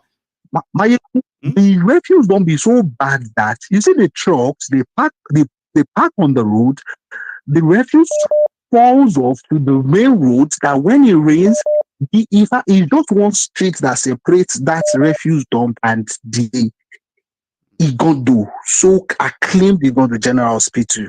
And I look at it that hospital refuse dump. So on one of those days, I was going to Lasso on my way back. I went through, there was this heavy traffic, and I had to pass through that place. Me driving through, I don't even I have a very strict policy about driving in Lagos. You will never see my car roll down. If anyone is driving me, when okay, because you need to put on AC. Imagine that traffic, me being sucking in the smell. Damn it. I became so irritated to the point that I almost threw up in the car. I can imagine. I was like, I mean, we have a one dump in my area that if you are passing through the area, you will know that this is area where they are like the dump. Not be say you will see the death, but the smell, the whole thing. And then think of that of Naija. I can imagine. Imagine like a 2-hour traffic, and I was there. Imagine. I'm not sure they've done anything about that place now. So at that for point, me, that was where I was like, when this kind of hospital can be located in this kind of place, what will the so-called all other general hospitals will look like inside? You understand? So, and I can tell you, looking back, I took that decision. Looking back, I have no regrets. Everything has been like multiplication for me. So that was it for me. It's the best me. decision everybody has made. Most people I have met, tell you, most of their best economic reasons was very, very important. And to be honest, I'm not one of those people who propagate Nigeria anymore because I'm not going back. I don't talk about Nigeria. I'm not going back. To be honest. I am not. So there's nothing except if no motivation. Where is he coming from? Because after I left, things have gone even worse. Not even that. My family my own sister, she's left. My brother lives in the same country where I live. You understand? You know another thing somebody told me. You know another thing. Somebody said they were looking at their wedding video.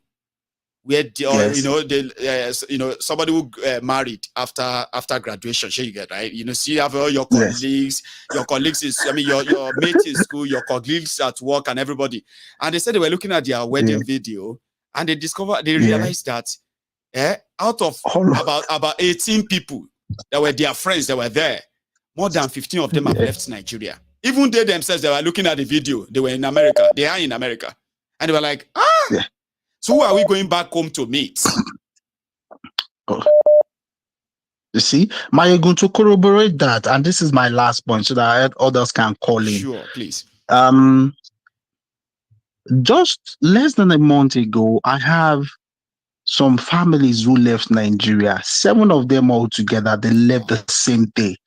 7 people, and I will tell you, husband and wife with 2 children, 2 of their sisters, in fact 8. 2 of their sisters, which is the sister-in-law to this person, and 1 brother and their mother. 8. They left the country the same day, departed for Canada the same day. So the 2 sisters left for education, the husband and wife left on PR, the mother left on PR. 8 people in one family. Wow. You see, they all left. And I'll tell you something, all these people were at my wedding ceremony.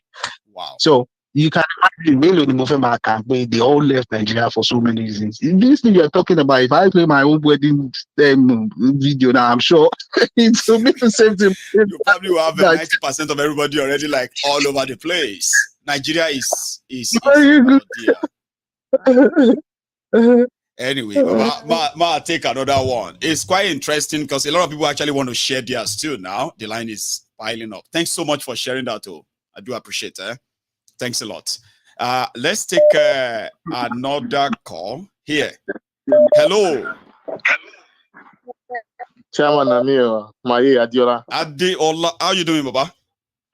Baba, I'm okay. Thank God. Well, Thank God, you're moving on. Nice one. No. So you see the segment tonight. I think we should be doing this, regularly too. Let everybody come and share that. Yeah, just to touch base. You know what I mean? Just to touch because base. A lot of people don't even understand, base. right? What Nigeria is doing to us that we are living and what Nigeria is losing. And if Nigeria continues this way, Baba, everybody will be gone.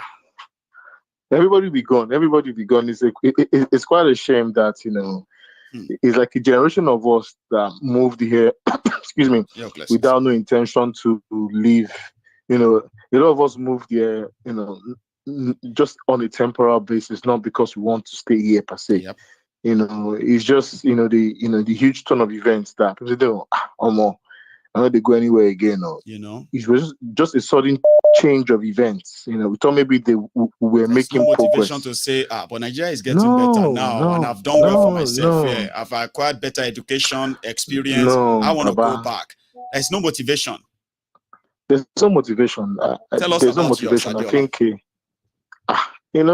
maybe I'll think about my first reason to leave, because I had, I wanted to come to the UK for a master's degree, right, for education education reason. So it was education reason because I'd planned, ever since my second year in University of Lagos that I would do masters or I would, acquire more knowledge.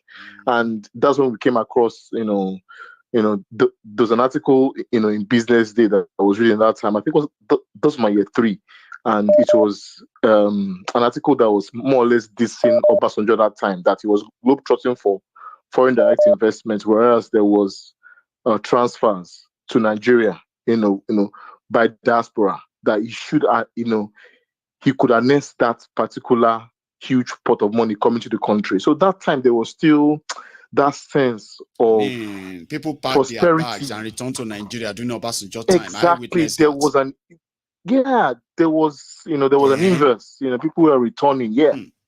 Then all of a sudden, it was just we just turned everything upside down because it was progressively bad, because the people after the Obasanjo were much more hungrier and much more greedier. So eventually it was just inevitable that we will come to this level. It's just inevitable. And the only thing that pains me most is that even when I decided to do a bit of window shopping and I got employment offer with UBA at that time. And I was just saying, just do 2 years. Just do 2 years and go back. After 2 years, man, I said, go back for where? Everything don't change. Everything don't change.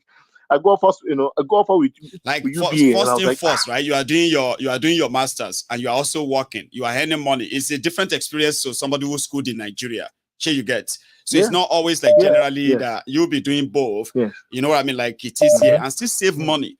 So probably those are the reasons that you're like, no, I don't think I want to go back now. I want to more. They've, your assessment today regarding the Naira exchange rate with other currencies is going to be dire.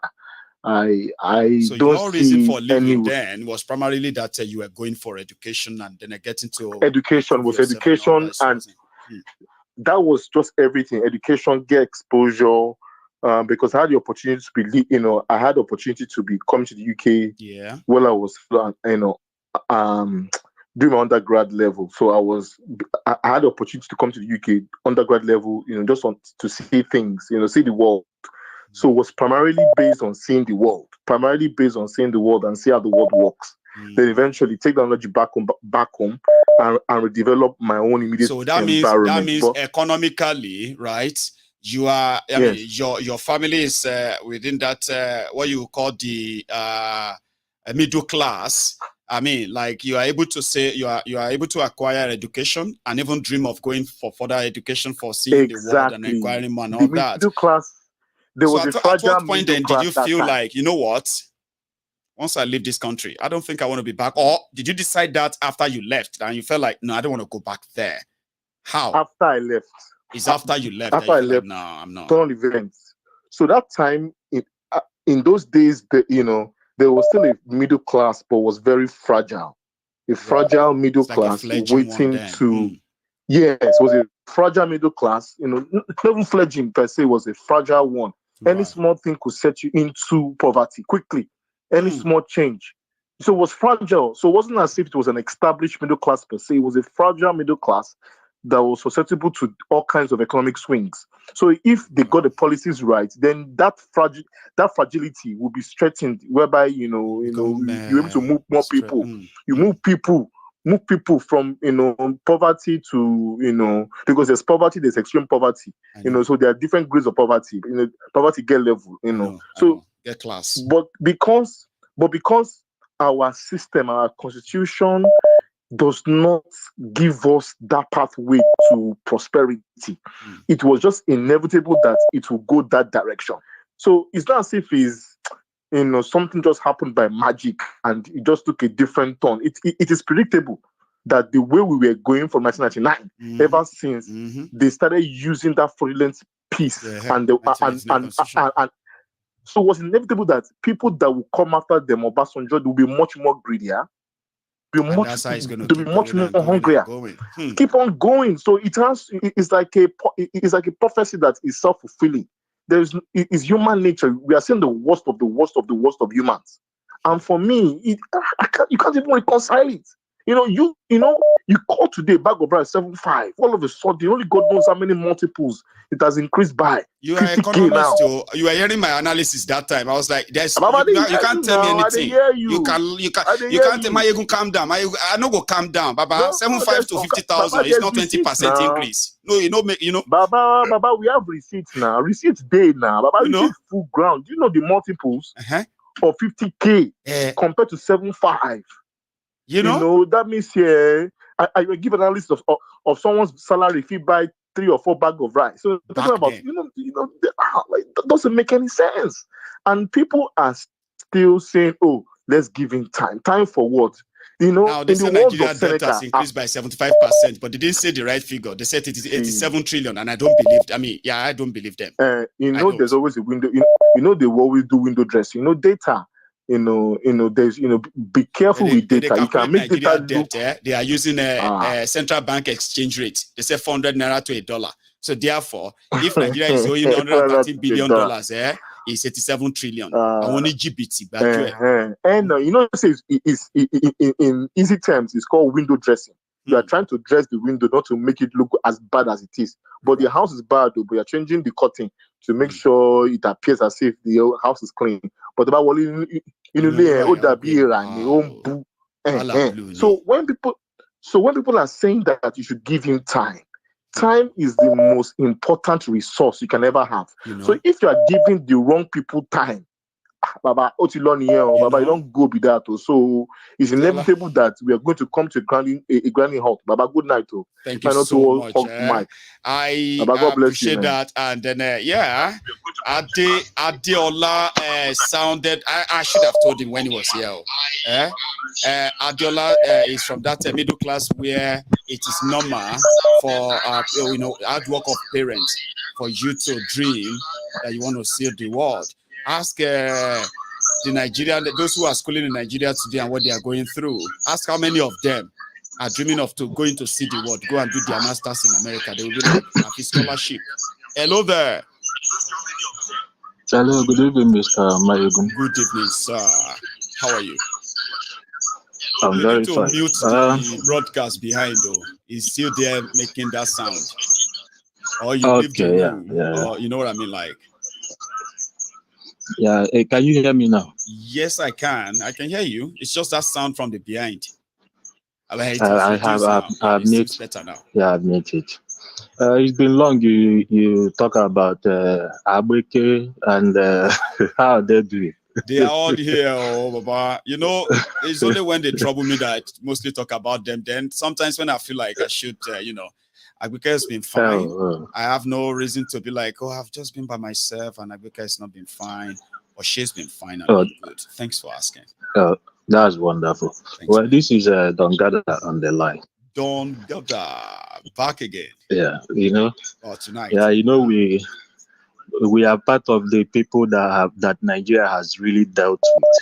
You know, I could say that Nigeria has not, and I don't think it will ever do anything good to any of my member of my family. They started from my parents down to me and going down to my siblings. First of all, my dad lost his job because the manager stole some money and accused him. He was a civil servant and accused him of being the one stealing the money. And my dad slapped him. They sacked him immediately. And up till his death, he did not get judgment because of never get that. Entitlement or anything. Nothing. You know, my dad used to trek more than miles away to go and get his salary of 2,700 naira, and he will come back without nothing. And he does that month to month, and coming back empty-handed. You know, until the day he fell stroke. And from there, he passed on, you know. But let me leave the story of it's fine. Let me leave the story of my parents and come to mine. I was one of these people. I am one of these people that is not opportune to go to school because of family background and all that. Our first daughter came out with a good result in primary school, and they sold her result in our present. You understand? They sold the result in our present. And they sold the result to somebody else? To somebody else in our present, like we know the person they sold it to, and we could not do anything about it, you know. Wow. So you as a kid watching your own is that your senior sister you said? My senior sister. So my that happened. most That elderly is, you were sister, junior yes. when that happened, and you saw that in primary school. Exactly. First of all, when I gave up in anything concerning religion in Nigeria, because they are part of the major reason of the problem of Nigeria, is my immediate elder brother is not working. He was born dumb, deaf, completely crippled and everything. Why? Was because there is cord. When they wanted to give birth to him, this cord tied him from the stomach because of the carelessness of the hospital. The hospital saw that my mother was about to push, and they left to go and get scissors to cut the cord and all that. So before they came back, my mother has already pushed, and that cord destroyed my immediate elder brother till his death at the age of 22. System, yeah. So he got all those disability through that, yeah.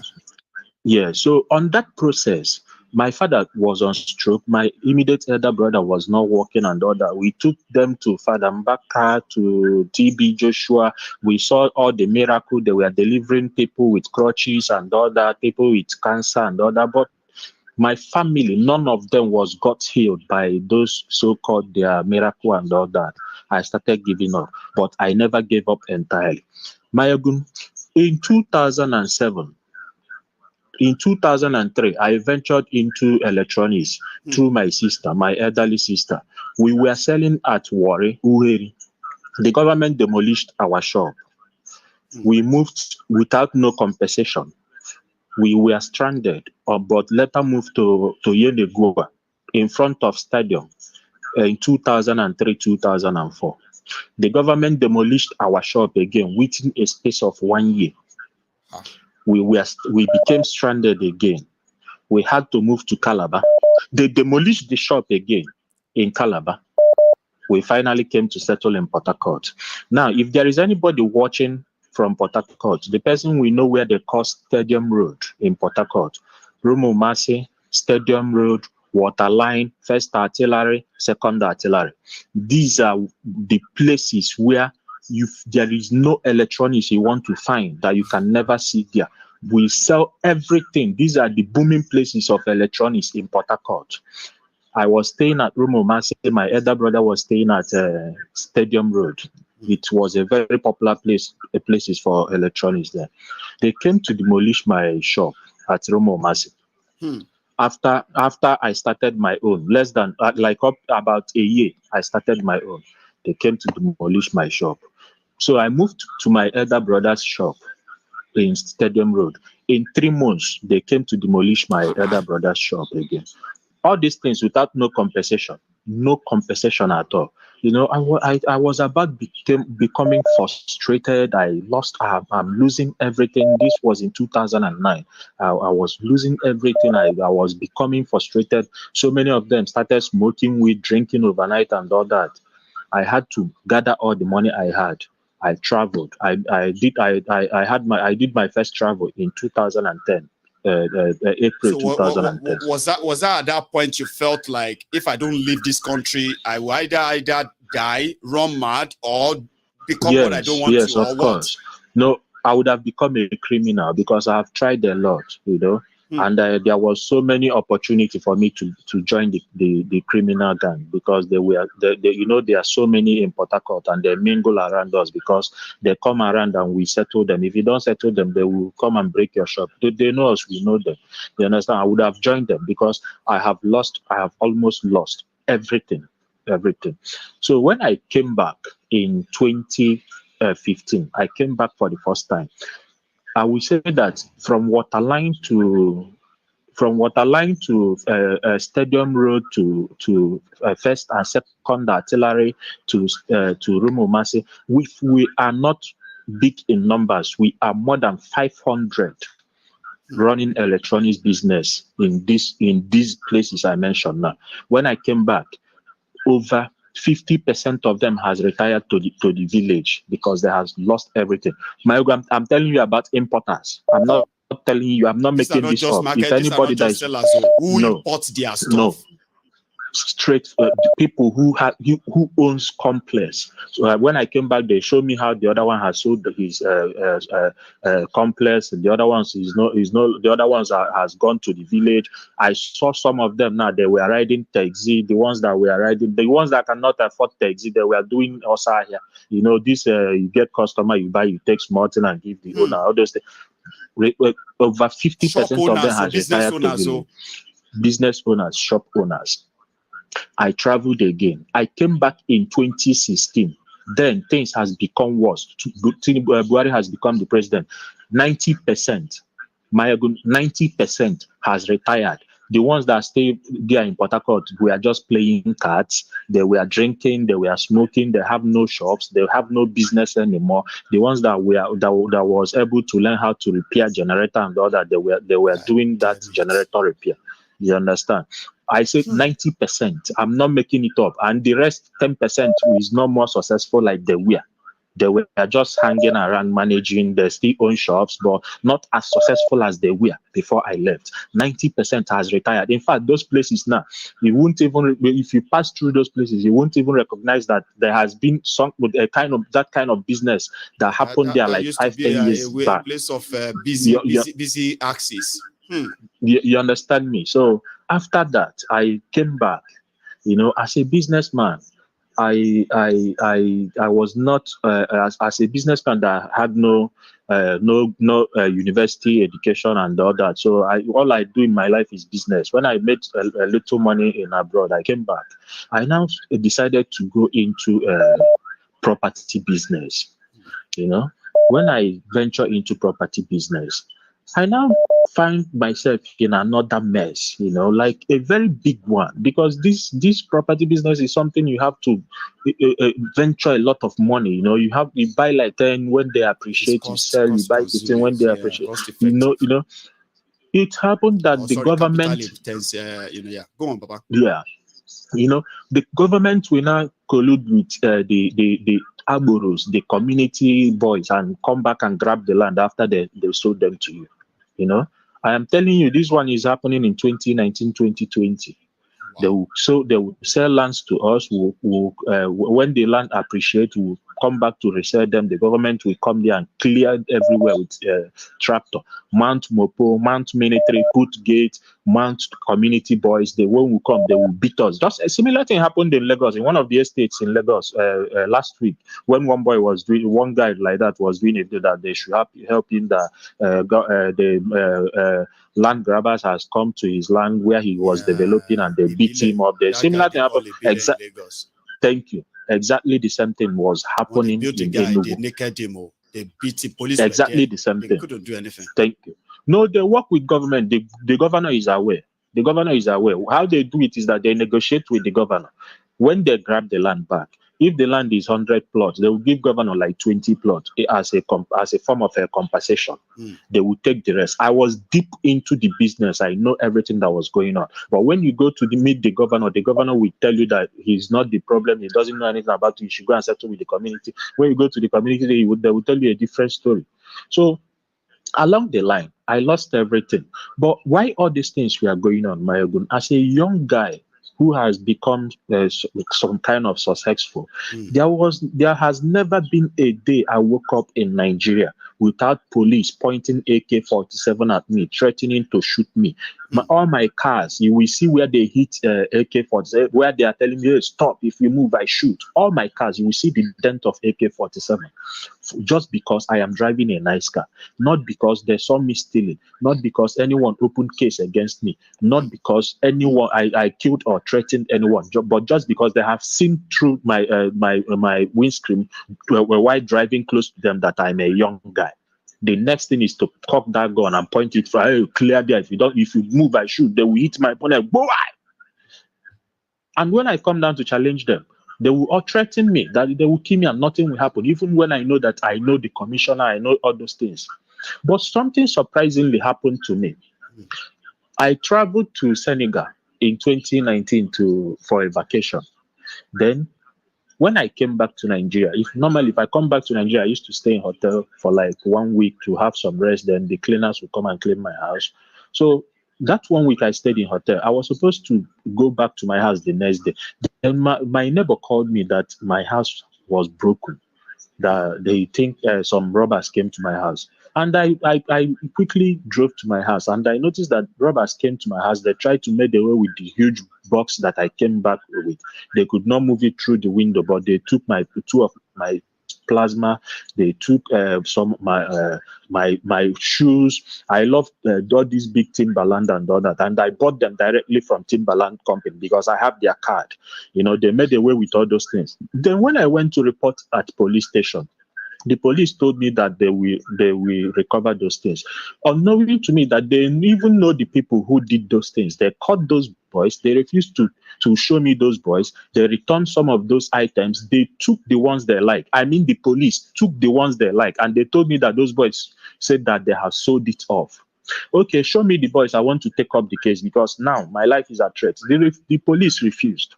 They said the boys are in cell, but they cannot show me the boys because they are protecting the boys for security purposes. I am telling you with all honesty, at that point, in 2019, that was when you were like, you're not going back to Nigeria again. No, you've stayed away for a while. No, are you still going? I was still in Nigeria. Listen, I'm still coming. I was still in Nigeria. So then, me and you have been speaking for yes, nearly 20 minutes. No. This is the okay. This is the last one. All in right. 2020, in December 2019. After like some months, a guy came into my compound and was trying to open my door. I was inside the house. I don't know the person from anywhere. I was peeping through the window. Then I had to call someone from outside to come and help me. That I'm suspecting some kind of armed robber. This thing was happening around 1 p.m.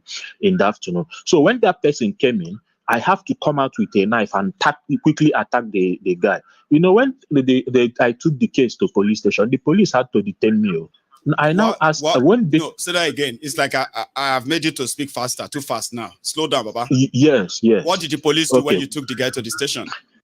When I took the guy to the police station, they said I should wait for the DCO, that the DCO is not around. Right. Then when the DCO came in, I had the woman whispering to the DCO that this guy has money, or that they had to do something to collect money from this guy. If they detain the other guy, that they are not going to take money from that guy, that they have had the story. That guy is not actually an armed robber. In front of me, I'm not making it up. This thing happened at Independence Law Police Station, Enugu. I can go in front of there and say it because I even had to call my lawyer when they made that story in front of me. My lawyer now told me that I should settle this people because they said I have to bear myself. I should settle these people. Even your lawyer was like, now accused me. To just settle them, the police, Abi. I swear with my life. They accused me now of attempted murder and said that I should settle. You attempted to murder somebody who came to rob you, right? I swear to God, I'm not telling you. I'm not. I know. I'm just trying to kind of repeat that so that just same way people who are watching are going to be like, what? Exactly. Go on. Exactly. They held me back. They put me behind the counter. They refused to put me inside because they know what they were doing it was illegal. So they were always put them in the cell. This that they were threatening to put me in the cell until I had to pay. They said I will pay 50,000. I refused. I said they should put me in. So we drag. At the end of the day, they collected 15,000 and leave me in 2015. So many things, but just because I want to give others time. Now, the business I am actually doing, I lost everything. The little one I had now, I am scared. I want to sell it and leave the country. I'm not in Nigeria now. I had to go to neighboring country because my life, I have almost lost everything. I can't even maintain the standard of life that I am living anymore. So I had to go to the neighboring country and waiting for them to sell off my property so that I can live for peace and final. Wow. That is the story. Let me make it short. Is it okay then for me to ask, do you have any plan of going back if I'm actually can I even ask that anymore? Never, unless the Biafran come. When I come here, I speak about how I don't like Nigeria, how I want Biafra to come. Maybe you don't understand. This I can never will lie. I do. Never will lie. Thank you, my ego. Thank you so much, Don Gada, for sharing that with us. Some more things they call. I will not lie to ourselves. People that Nigeria has happened to, the people that genuinely, in their own way, in their own space, the criminals running Nigeria have actually impacted on their lives. That it was like an Oriyo delay, like all man to a cent, Hello there. Hello, sir. You may need to mute that video or even leave the room if that is possible, sir. I've done that, sir. Beautiful. Wow. Yes, what a wonderful moment. Mr. Mayegun, I have been listening to you for about 2 years now. And you have really enlightened me so much. Thank you. And the fire I have for the Yoruba nation right now, I can't explain it. I can't, And you have done so well. Your program has blessed so many lives. And during this the election, during the election, and during the what is it called, the charade that we just finished in the court and everything else. I would have been much disappointed. Well, you actually really saved me from having too much hope in it. So thank you so much. I'm calling from Nottingham. From Nottingham, is that right? Yes. Fantastic. You're not really far from me, or if we have to say it too, but yeah. Yes, not far. That's brilliant, Baba. Go for it anyway. Yeah. All right. So my experience, I left Nigeria very long ago. A very long time ago. Yeah, about 26 years ago. See?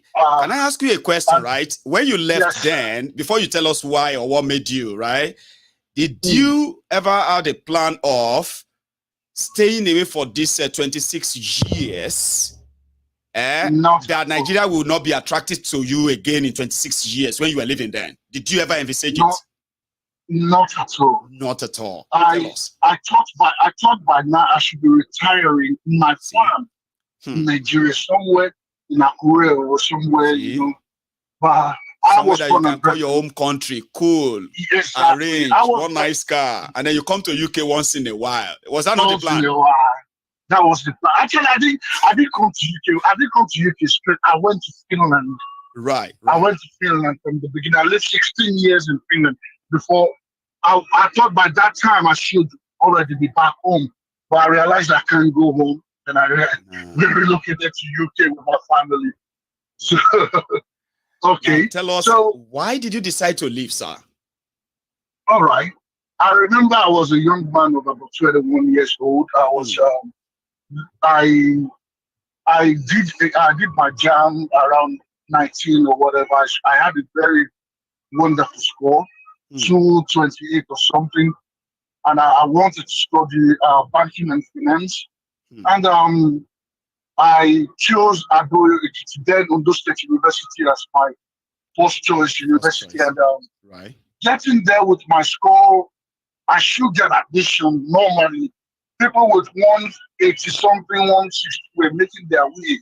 And I couldn't get admission. I was paying, I was doing everything, looking for admission. I got my O levels were all right, everything was okay, and I couldn't. And people were scamming me.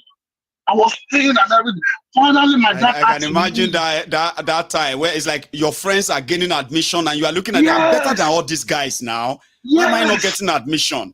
I get it. Oh my God! So I finally, my dad left Lagos. My dad worked with in a very big organization which I don't want to mention now. Nice. And he had a lot of contact with all these profs and stuff like that. So he decided that one of the profs from that organization was teaching in Ado Ekiti then. Right. So my dad took off and came to Ado. All of that, my dad is late now about 2020. It's late in 2020, and the best memory I had of him was I was so down. I was depressed. I don't know where to turn to. All hope were gone. School has started. I don't have admission. And I was so down that night. That day, I was just coming from the campus. There was no mobile phone, nothing. I'm talking about 2097 or 96. Yeah, 97, 98, 96, you're right. Yeah. So my dad, I just go back home. I never gave my dad my address where I was staying because I wasn't staying in campus. I was living in town. Right. And I go home, I saw my dad. And I was like, is my dad dead? Because he was looking so fresh. I haven't seen it for weeks or almost 2 months. Struggling to get admission. All the money they gave me from home, everything is gone. All spent. All spent and no admission, nothing. No admission. There you are. I cannot even open my mouth to tell them that I have not gotten admission with the score, with everything. So he just showed up just like that. And I was so perplexed. I didn't know what to do. So I said, okay, are you really? Is it you or so? Then he took me to one of his friends, that professor, and that day I got my admission. Just that day, I got my admission into banking and finance. 2-3 years in school, we never moved from. I was still in 100 level. No more. I mean, it's like a movement without motion. Striking from 2 months in school, 8 months striking, and all these things were going on. Then it was Abacha March. Remember Abacha March? When Abacha wanted to, yes. And that was 97, or because it started in 96. Then 97, then he died. I think he died in 97. No, he died in 98. Oh, sorry, 98 rather. Yeah, it was during that 98 Abacha March that that when he wanted to, that match that all must go. I remember. No, not Abacha must go. When he was trying to come back and when he was running to be the president of the presidential candidate of all the political parties. That was 97 then. 97 stroke 98, Yeah, I remember it was 98. So was it? Okay, 98 then. All right. Go. Yeah, 98. So now the student started their issue, like, this cannot be. And I remember how the mobile was shooting straight bullet directly into the crowd. I remember how I managed from one village to another, inside out, mud and everything. This Fulani Esme were using cars to I made my way home that day. And I find, and God, getting to the city, the mobile police were going from house to house. When they look at you, when they see you clean, when they see you clean, that you don't look like a local, they are gone. They were picking people like that.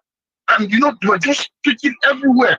I managed and wear a street pass, put some dashiki or whatever, like a local boy, got to the garage, find my way to Akure. went to my uncle in Akure. I managed to get home. That very year, August, I left Nigeria. No story about it. Man, like, tell me, right? Were you kind of somebody who was interested in traveling outside the country, or that event sort of made you started looking like? Go on, sorry. I was actually interested in traveling. You've always been interested, okay. But it wasn't like a thing until that moment you're like, if I see chance now, go Jao. Man, I don't want to be in this country anymore. No, was that the moment? No. What happened was, right. I wanted to travel immediately I finished my secondary school. Then when I finally get the admission, I said, okay, let me just get my first degree and stay back before going anywhere. Okay. Before going anywhere, let me get my first degree. But that was the turning point. Like, I can't stay another year. There was no hope that when we were coming back to school and everything, that was it. I never went back. My logic, everything, my things that I took to school. You left everything there. Everything. In the process of looking for admission, I went home again. I came with, I remember about 180,000 naira. Then, wow, back to school. And my friend from St. George. You're a rich kid. It's like all you rich kid are calling me tonight. I wasn't rich. I wasn't rich. It's everything. From here and there. Because 180,000 take me 1990. Depends from choir. It's like 18 million naira. It's like you having 18 million naira cash. And you say you're not a rich kid. Okay, I'll play along. No. Go on. It was believe me. It was value. Money has value then. When people work, they receive the quality value for their hard work. But this politicians destroyed all of that. Hard work is worthless now. I'm with you, sir. Go on. So now, a friend that went from the St. George, very close friend, I mean closer like a brother, knew that I left money at home. I went to school. They he and another guy, they took all the money, left me with 20,000 naira, and they wrote on that envelope, "This is for your transport for the semester." I'm telling you, this is free life story. The rice my mom gave me about 2 mama that is they call it then, which is about half a bag of rice or something. I took to school and everything, real butter, arosa, what is it called? That beautiful rice. I took to school with about quarter of a bag of beans and everything. They took all my food. So it was at that point that my dad showed up. You can't imagine. I was so down. And the experience is just so horrible. And this person is a very good friend. We're like brothers and sisters. And he did that. He set me up. And do you know the worst part? Now when our host in that house was the one that they did that deed together. And do you know what this guy started doing? Together. Yes. And when I'm hungry, the guy will now say, let me just pick you. Let me give from the rice my uncle brought for me from this. They will give me a cup of rice from my own food. I suffered. Right? I suffered. Let me ask this before you go, because this one seems to be like, apart from the wickedness of what the system represents, right? The imbalance. Yes. Even when you finally got in, even as young people then, right? So you also ended up in the hands of typical who probably you later grew up to realize that that's how most people are anyway, chancers and all that. So young people actually conspired, not just to rob you of your money. They rob you of your food. They rob everything they could take from you. Then one of them, he was now offering to be a good Samaritan by saying, you know what? Okay, I'll give you some rice. So, and there was no phone to actually call him and say something has happened to me. So you were just there, stuck. Hey, Naija. It was an experience. Anyway, Baba, thank you so much. When that strike happened, I just said, okay, I've had enough. Just need to go now. Oh yeah. Yeah. And you know something? My other question is mostly about, well, you've been away for a while. There's always a time that all of us are going to go back. That's my own worst fear. Sure, you get. I'm looking forward to, really. I was talking to my wife this afternoon. My wife, she doesn't like listening to you, but she knows that I don't have it, and she knows that I listen to you every night. It's like a religion and everything, So, and I'm not somebody who encourages anybody to go back when Nigeria is still Nigeria. I would rather we go back and team up and become Agbekoya and get Yoruba nation. So your wife knows me very well. So tell me, what's the plan? Were you ever thinking of that? Yeah, that's my plan for real. Because my plan was that I want to go back and settle down in one small, make my own community, farm, livestock farming, vegetables and stuff. That was just my plan and everything. But I don't know. Everyone's dream, everyone's dream. They'll be like, how much is it going to cost me?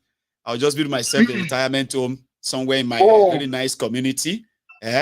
And then I'll just have small farm on the side where I can grow vegetables, I can grow this, grow that, just for playing about it. But these days, a lot of people are now, when they talk about farms and they remember Fulani herdsmen, they're just like, I'm still thinking about it. So are you still thinking about it too? I don't know. I don't know what to say now. I start the reality that faced me now is that I looked at myself. My oldest son is 19 in a few this time. See? Yes. I've got three teenager. I've got three teenager boys and a teenager girl. My youngest is 13 already. And I looked at myself. I'm looking at the opportunity of me.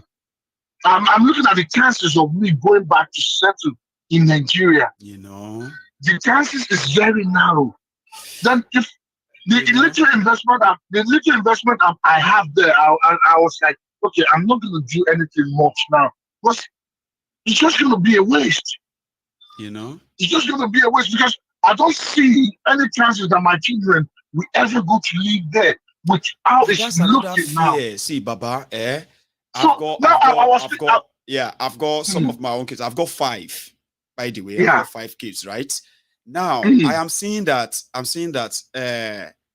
with the way things are going, it's going to get to a stage that it's going to be a real big job for us who are now parents, right? Once we get to, let's say, if things continue like this, in another 10, 15 years, we will be begging our children to show interest in Nigeria. It's not because we didn't take them to Nigeria. It's because they will know more about Nigeria than us. They will. They will know more about that place than us. In what today's life is today, even if you are not telling them anything, they will tell you and say, no, why do I want to go there? Like, for what? Some great news. My oldest son will just tell me, Daddy, have you heard this? Did you see what is going on with this and that in Nigeria? And they're always something of a shame.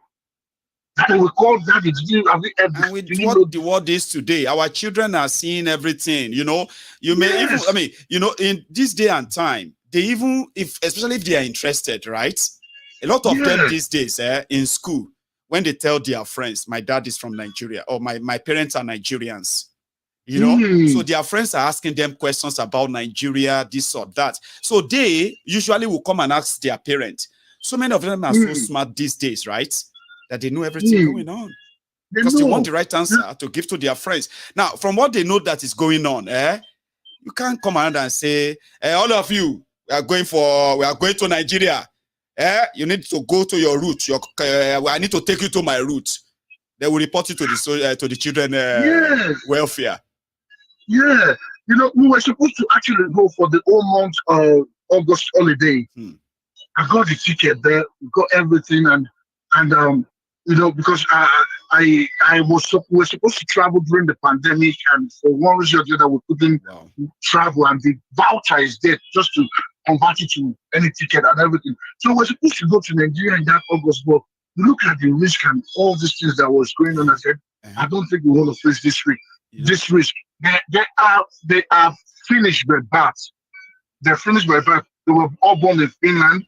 So we will just okay, if we can't go home to Nigeria, let's go home to Finland. Because Finland is a home for us as well. So, they say yes, everywhere you are welcome is your home. Yes, we're all Finns. So we went home, we enjoyed our holidays and everything, came back. You see, so it's really a difficult one. They need to know. It's so sad. It's so sad. You see, I started changing my narration. That if these children will not go home, if I die today, do I want to be buried in Nigeria?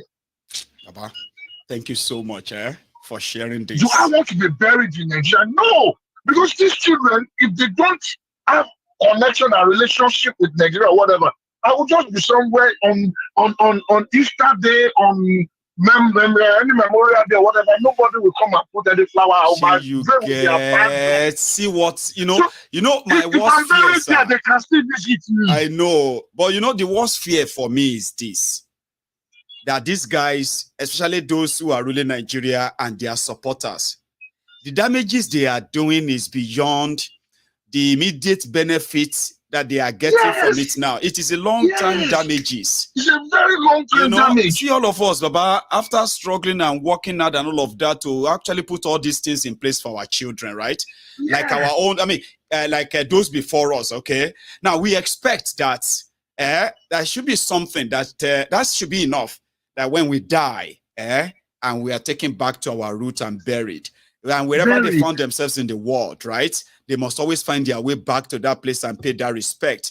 But when Nigeria is what Nigeria is, even our own spirit will tell them not to come and visit us. So then we should come and place the flowers. Where is that respect, that the tradition of saying, oh, our daddy that did everything? About we suffer, men they see, now. You see, my dad, when he was about to, my dad's death was not sudden or whatever. Right. He knew that he wasn't sick, no?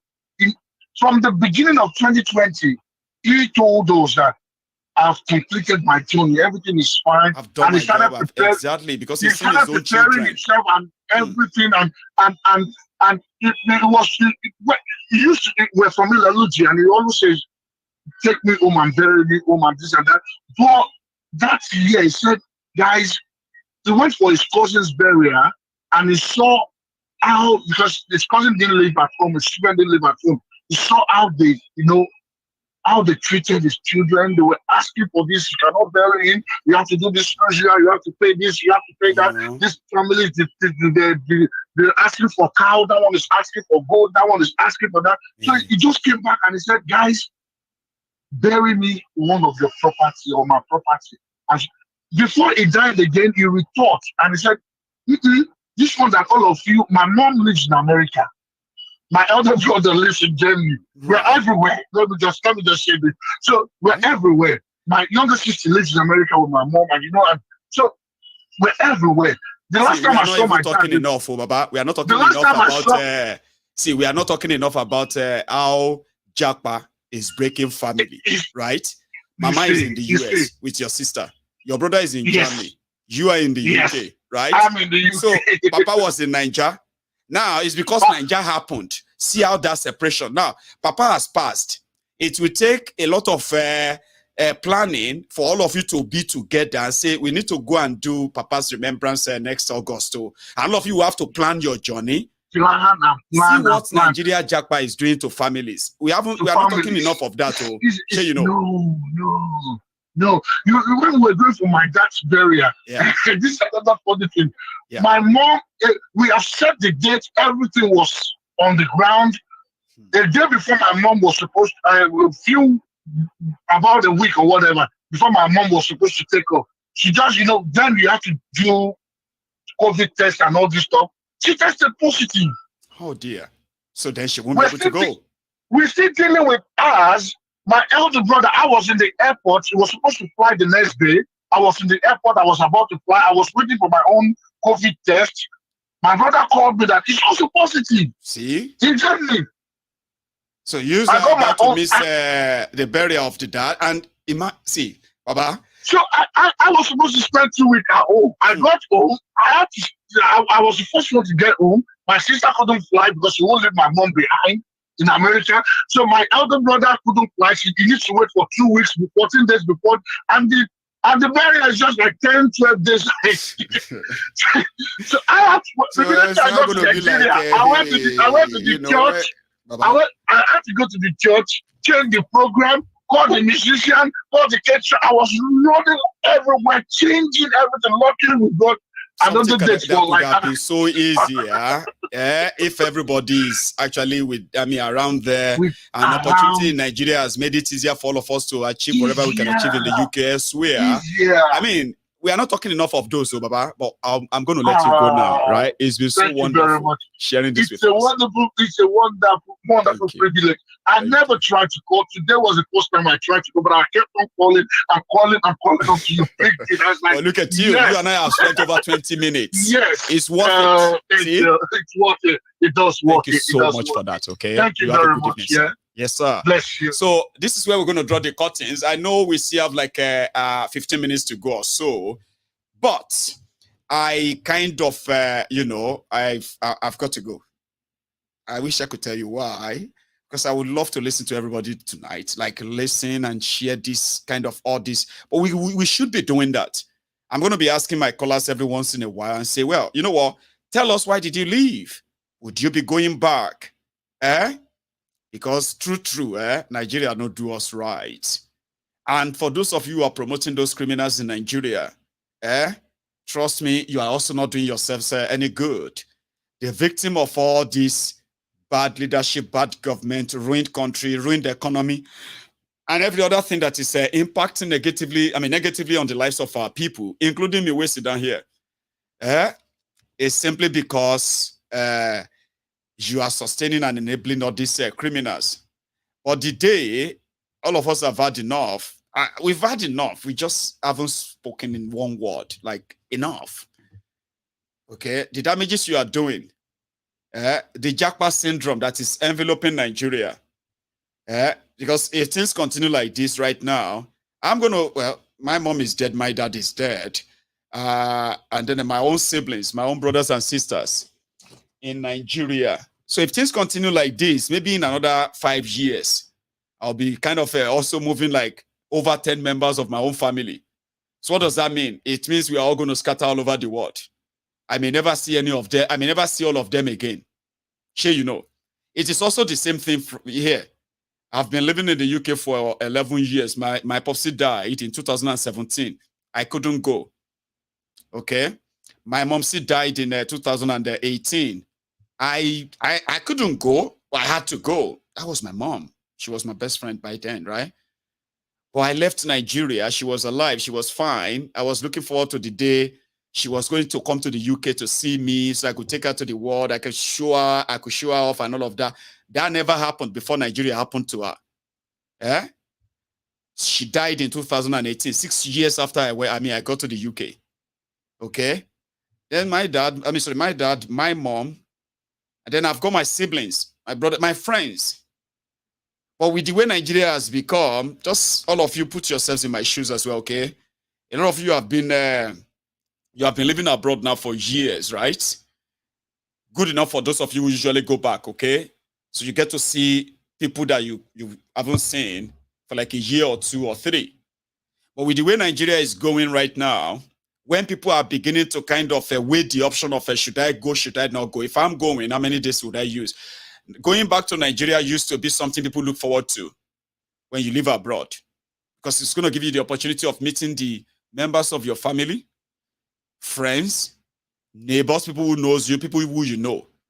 You're going to feel the touch. You're going to feel the connection. Your state of mental health is going to improve. You know what I mean? There's going to be so many things that are going to be like nostalgic for you. Your childhood, the areas, the people, and all of that. You're going to visit all those places. They're going to help balance your mental health. But when situations started getting this bad, that people are likely going to become the victims of the government. What do I mean by that? When the government or the people in government of Nigeria fail to actually do what is right, empower you enough that crime reduces. So what do you have to do? When something where you eat no day, won't you go and eat what is available? This is where those who are abroad, who go back to Nigeria, are beginning to kind of live the life of being careful. Don't be too flashy. Somebody may set you up. you know, you need to be careful. You need to watch your back, this or that. And every year, the rules keeps increasing. The crimes keep increasing. Do you know that? So, which simply means that we will end up as the victim because, yeah, we are the ones closer to them and all that. So nobody is spared. Nobody is safe. A lot of us left Nigeria when we believed that we stood there, no chance. Not because somebody said, all of us leave Nigeria. We wait here. We dey hustle. It doesn't make you smart. Stop being stupid. Okay? You are survivors. I give that to you. But life shouldn't be this hard. Honestly speaking, life shouldn't be this hard for people. Do you understand? A lot of things you pray for in Nigeria, or a lot of things you pray for when you are in Nigeria, you ended up not even using them as your prayer point anymore when you leave Nigeria. Right? So all these damages are making it even more difficult for a lot of us now to say, what do I want to go and do there? You can't even talk about the government. They've got Dauras or Dokpemu stupid service that will be tracking you. You know, it's just getting more deteriorating and deteriorating. So then you have to plan yourself. It's no longer attractive. Oh, I'm going to Nigeria. Oh, I'm going to take my family to Nigeria. It used to be a beautiful thing that a lot of us actually really look forward to. You know, when you have all these half-caste children, your children who are like, you know, beautiful half-caste children, you want to take them back home. You want to take them to your village, go. You want them to go through the path that you were walking when you were schooling. You want them to go through the path where you were walking when you went to, when you were fetching water from the stream. All this kind of thing to actually have the new connect with the old. You get what I mean? All of these are missing today. People are kind of being so careful. I'm not saying people are not going back home or still doing all of these things, though. But the difference now is that people are now doing them with plan, and they are praying that they should go and come back in peace. It is more serious. So when you ask people, when you left, and then you decide that you want to go back, do you have that plan? Let me tell you this, even me that is talking to you today, I know that I'm actually going to be a millionaire. I like to tell you all of that because so that you won't come back later and say, this Mayegun don't become millionaire. I know this guy. How did he become? I'm going to be a millionaire. I'm talking about real millions in pound sterling. Okay, I'm going to be very, very rich. I know that. Okay, and I'm not in a hurry. However, my plan is that by the time I start actually making my real money, the real money. So by the time I get to the age of, let's say 50 or 60. So if I've already hit my first millions by then, so I'll buy myself a very big farm here in Scotland. I've driven past through many of them. I grew up in Odogbolu. So growing up in rural area, okay, has always been my own thing. I'm not a city person, okay? So yeah, when I get out my money, I'll buy myself a very, very big farm, 1.2 million, or let's say maybe 2 million pounds a farm. And I will have a very lovely small house that I'm going to use as my own small place. Then the entire farm, probably, 5-10 acres of land, and it will be called Mayegun Badero Olushola Mayegun General Farm. So if I die, I should be buried there. You don't have to take me to Ogbolu. Do you understand what I mean by that? Usually we believe that we are going to return back to our what do you call it, our motherland someday. It's a dream. But I also want to prepare to be buried here in the UK if I die here in the UK. Don't take me anywhere. Don't put me in anything. Just go and bury me on my farm. Let those from Odogbolu, all the generation of people from Odogbolu that find themselves in the UK, the descendants of Ijebus, everybody from that part of Nigeria, when they find themselves around here, either in the UK or Scotland, though, they will go to a place called Badero Olushola Farm in my family name, even when I'm long gone. But apart from that, we all know that if I happen to die in Nigeria, I have lands in Nigeria anyway, so I will prepare that place as well. So whichever place where I die, they should bury me there. If I die young or I die old, it no matter. But if I have those things, put me there. You know what I'm saying? That is that as much as Nigeria is becoming more unattractive, and these criminals continue to do what they are doing right now, if they continue this way, which I know they will, they would continue this way, well, except we fight, we will likely have nowhere to actually go back to. The moment it's no longer attractive to us, then what else do you want to say to our own children? It's probably never going to be attractive to them too. And that is scary. And that should be concerning. Apart from that, I'll keep the rest till another time when I will have a chance of hearing from all of you, all of us, when we have a chance to also share. Why did you leave? Why did you decide to say, you know what, I'm leaving this place? You get that? Princess, you know how they tell you, but Princess will tell you. You know, when I was in Odogbolu, I used to tell people, I said, I'm actually going to be a very, very, very rich man. I don't get anything. I did Odogbolu that time. I said, I knew I was going to be a rich man. That I was going to be very, very wealthy. Then I was going to be very, very popular. I was going to have this big name. You see everything you are seeing right now, Una be part of my story, oh. Sure you get. This is not me, oh. This is not my ego yet, oh. I am still getting to a place whereby a lot of you will look back and say, oh my God, I know this guy's story. I am part of his story. Because you are part of my story. So when I tell you that I'm going to be a millionaire or a billionaire, trust me or believe me, oh, sure you get. And Princess will tell you too. Okay? And it is because, number one, I'm in a place where I believe, because my own motto in life is that if you can think it, you can make it happen. Do you know that? If you can think about something, then you can do it. And that's my own motto. So if my motto says, I'm going to be this, or so if my thought says I'm going to be this, you better believe me. So you don't come back later and say, how did he become this or that? Because I am going to. And that's my plan. My plan is to have a place where I will say, if I die here, I've got children here. All my children are going to be in the UK anyway. Sure you get. So all my children, they can go there and have something they can say, you want to see ancestral land? I will buy them ancestral land in the UK. Sure, you know, I can do that. Ancestral land there, I'll buy them one here. So here will become where everybody from Odogbolu, or the future generation from Ijebu, they will be coming to that place as a pilgrimage. They say, one time, they may say, okay, in year 2012, a young man left Odogbolu for Glasgow, UK.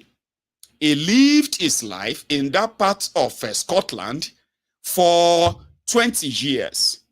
Then he bought this 10 hectares of land, massive land, and he named the land Badero Olushola Mayegun General Estate Farm, and all of his own descendants.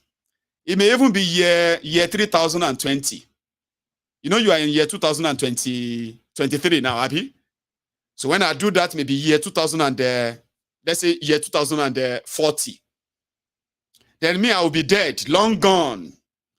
All of now we're going to buy tickets, come UK, and all of that, all your children, all your descendants from Ijebu and all of that. When they come to the UK, they will take them there and say, 200 years ago, in year 2000, I'm sorry, in year 2040, this is year 2240. It may be year 3000 then, God self. Sorry, I'm talking too much, right? That's what I tell myself. And I keep telling myself, you will do it. You will leave a mark. And not just a simple mark. It's going to be a mark that history will always remember. And that is Mayegun. Thank you.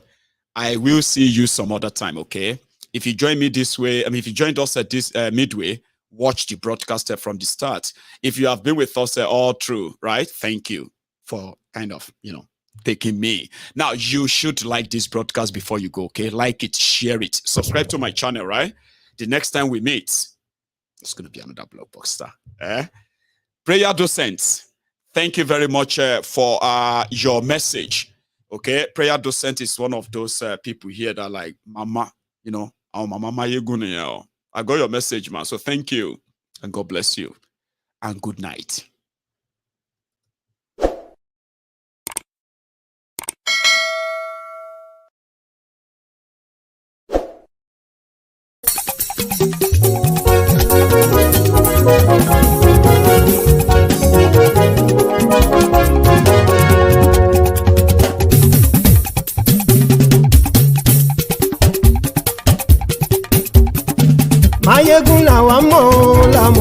dòdòdò. Mayegun diary, na him be number one. Mayegun làwa mọ̀ làwọn tó dòdòdò. Mayegun diary, na him be number one. Mayegun ti dé o ọ̀rẹ́ ara ìlú. Mayegun diary, na him be number one. Lórí Facebook, lórí YouTube. Mayegun diary, na him be number one. Gbogbo bó ṣe ń lọ ni Mayegun já wa sí. Mayegun diary, na him be number one. Àṣírí ọ̀jẹ̀lú kì í bò níbẹ̀ o. Mayegun diary, na him be number one. Bó bá ṣe eré àní Mayegun máa wí. Mayegun diary, na him be number one. Ó sì tún ṣe eré wàá gbọ́ níbẹ̀ o. Mayegun diary, na him be number one. Mayegun diary, diary politico. Mayegun diary, na him be number one. Godfatherism kò sí lọ́rọ̀ Mayegun. Mayegun diary, na him be number one. Ẹ farabalẹ̀ sẹ́ o kẹgọ́rọ̀ lẹ́nu o. Mayegun diary, na him be number one. Àní Mayegun làwa mọ̀ tó dòdòdò. Mayegun diary, na him be number one.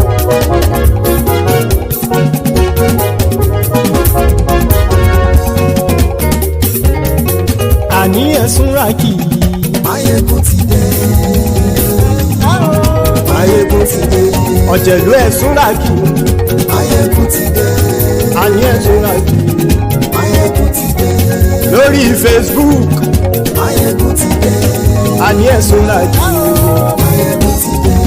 Lórí YouTube. Mayegun ti dé. Àní ẹ̀sùn ràkì. Mayegun ti dé. Bọ́ bàbá gbé wúrẹ́. Mayegun máa wí. Àní ẹ̀sùn ràkì. Mayegun ti dé. Ijó ìgbádìyẹ. Mayegun máa wí. Àní ẹ̀sùn ràkì. Mayegun ti dé. Presido bá rúfin o. Mayegun máa wí. Àní ẹ̀sùn ràkì. Mayegun ti dé. Kí gómìnà kówó jẹ. Mayegun máa wí. Àní ẹ̀sùn ràkì. Mayegun ti dé. Ọlọ́pàá ti ń gba rìbá. Mayegun máa wí. Àní ẹ̀sùn ràkì. Mayegun ti dé. Aṣòfin ti ń rúfin o. Mayegun máa wí. Àní ẹ̀sùn ràkì. Mayegun ti dé. Òpùrọ́ olóṣèlú. Mayegun máa wí. Àní ẹ̀sùn ràkì. Mayegun ti dé. Ọ̀jẹ̀lú ẹ̀sùn ràkì. Mayegun ti dé. Àní ẹ̀sùn ràkì. Mayegun ti dé.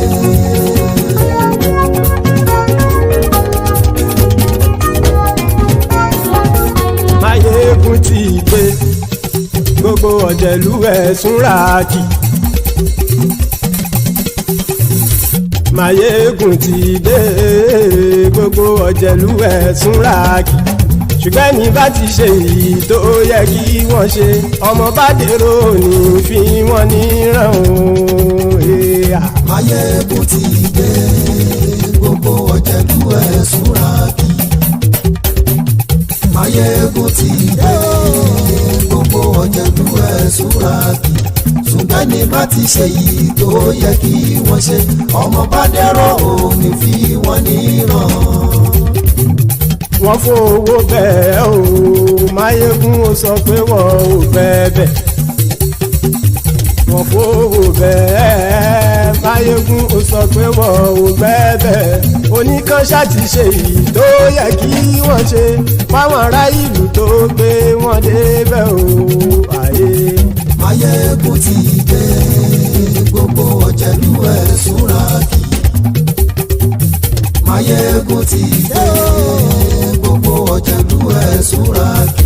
Ṣùgbọ́n ní má ti ṣe yìí tó yẹ kí wọ́n ṣe, ọmọ bá dẹ́rọ̀ òní fi wọ́n níran. Kì máa yí ṣeré, ọ̀rọ̀ yìí kì í ṣẹ̀fẹ̀. Kì máa yí ṣeré, ọ̀rọ̀ yìí kì í ṣẹ̀fẹ̀. Ẹni bá ti lè lẹ́bọ̀ lẹ́rù o, ọmọ bá dèrò kàṣàyè tú wọn síta. Mayegun ti dé. Gbogbo ọ̀jẹ̀lú ẹ̀sùn ràkì. Mayegun ti dé. Gbogbo ọ̀jẹ̀lú ẹ̀sùn ràkì. Ṣùgbọ́n ní ní má ti ṣe yìí tó yẹ kí wọ́n ṣe ọmọ bá dẹ́rọ̀ ò ní fi wọ́n níran. tẹnitẹni ọmọ máyégún ọ̀rẹ́ ara ìlú mọ̀mọ́ ni mo fọlọ́hún sọ ẹ̀ bá kìlẹ́bù lóòótọ́ olódodo ìlú ọ̀tá ìlú mọ̀mọ́ ni ìwọ ṣá máa ń ṣọ́ra kò sì mọ́ bẹ̀rù bọ́tà ń lè rí bóníṣègùn lé káwọn mọ̀mọ́ fi ṣera wọn ni ó ti dẹrùn tí wọn ò gbọ́dọ̀ sì mọ́ bẹ̀. èèpo ọ̀bọ̀lọmọ bá dérò tàjẹ́ ò gbọ́dọ̀ jẹ́ ó ti jọba lórí àbínú ẹni kò sì mọ́ bùyà àìsíwọ́lu ní ẹnìkẹ́ ìgbódì ẹyin lábàrá o ó kó ẹni tó bá dán o àkàmù máyé ègún ti dé gbogbo ọ̀jẹ̀lúwẹ̀ túnra kì máyé ègún ti dé gbogbo ọ̀jẹ̀lúwẹ̀ túnra kì o ẹni bá ti ṣe yìí tó yẹ kí wọ́n ṣe ọmọ bá dèrò òní fi wọ́n níran o. máyé ègún ti dé gbogbo ọ̀jẹ̀lúwẹ̀ túnra kì máyé ègún ti dé gbogbo ọ̀jẹ̀lúwẹ̀ túnra kì ṣùgbọ́n ní bá ti ṣe yìí tó yẹ kí wọ́n ṣe ọmọ bá dẹ́rọ̀ ò ní fi wọ́n níran.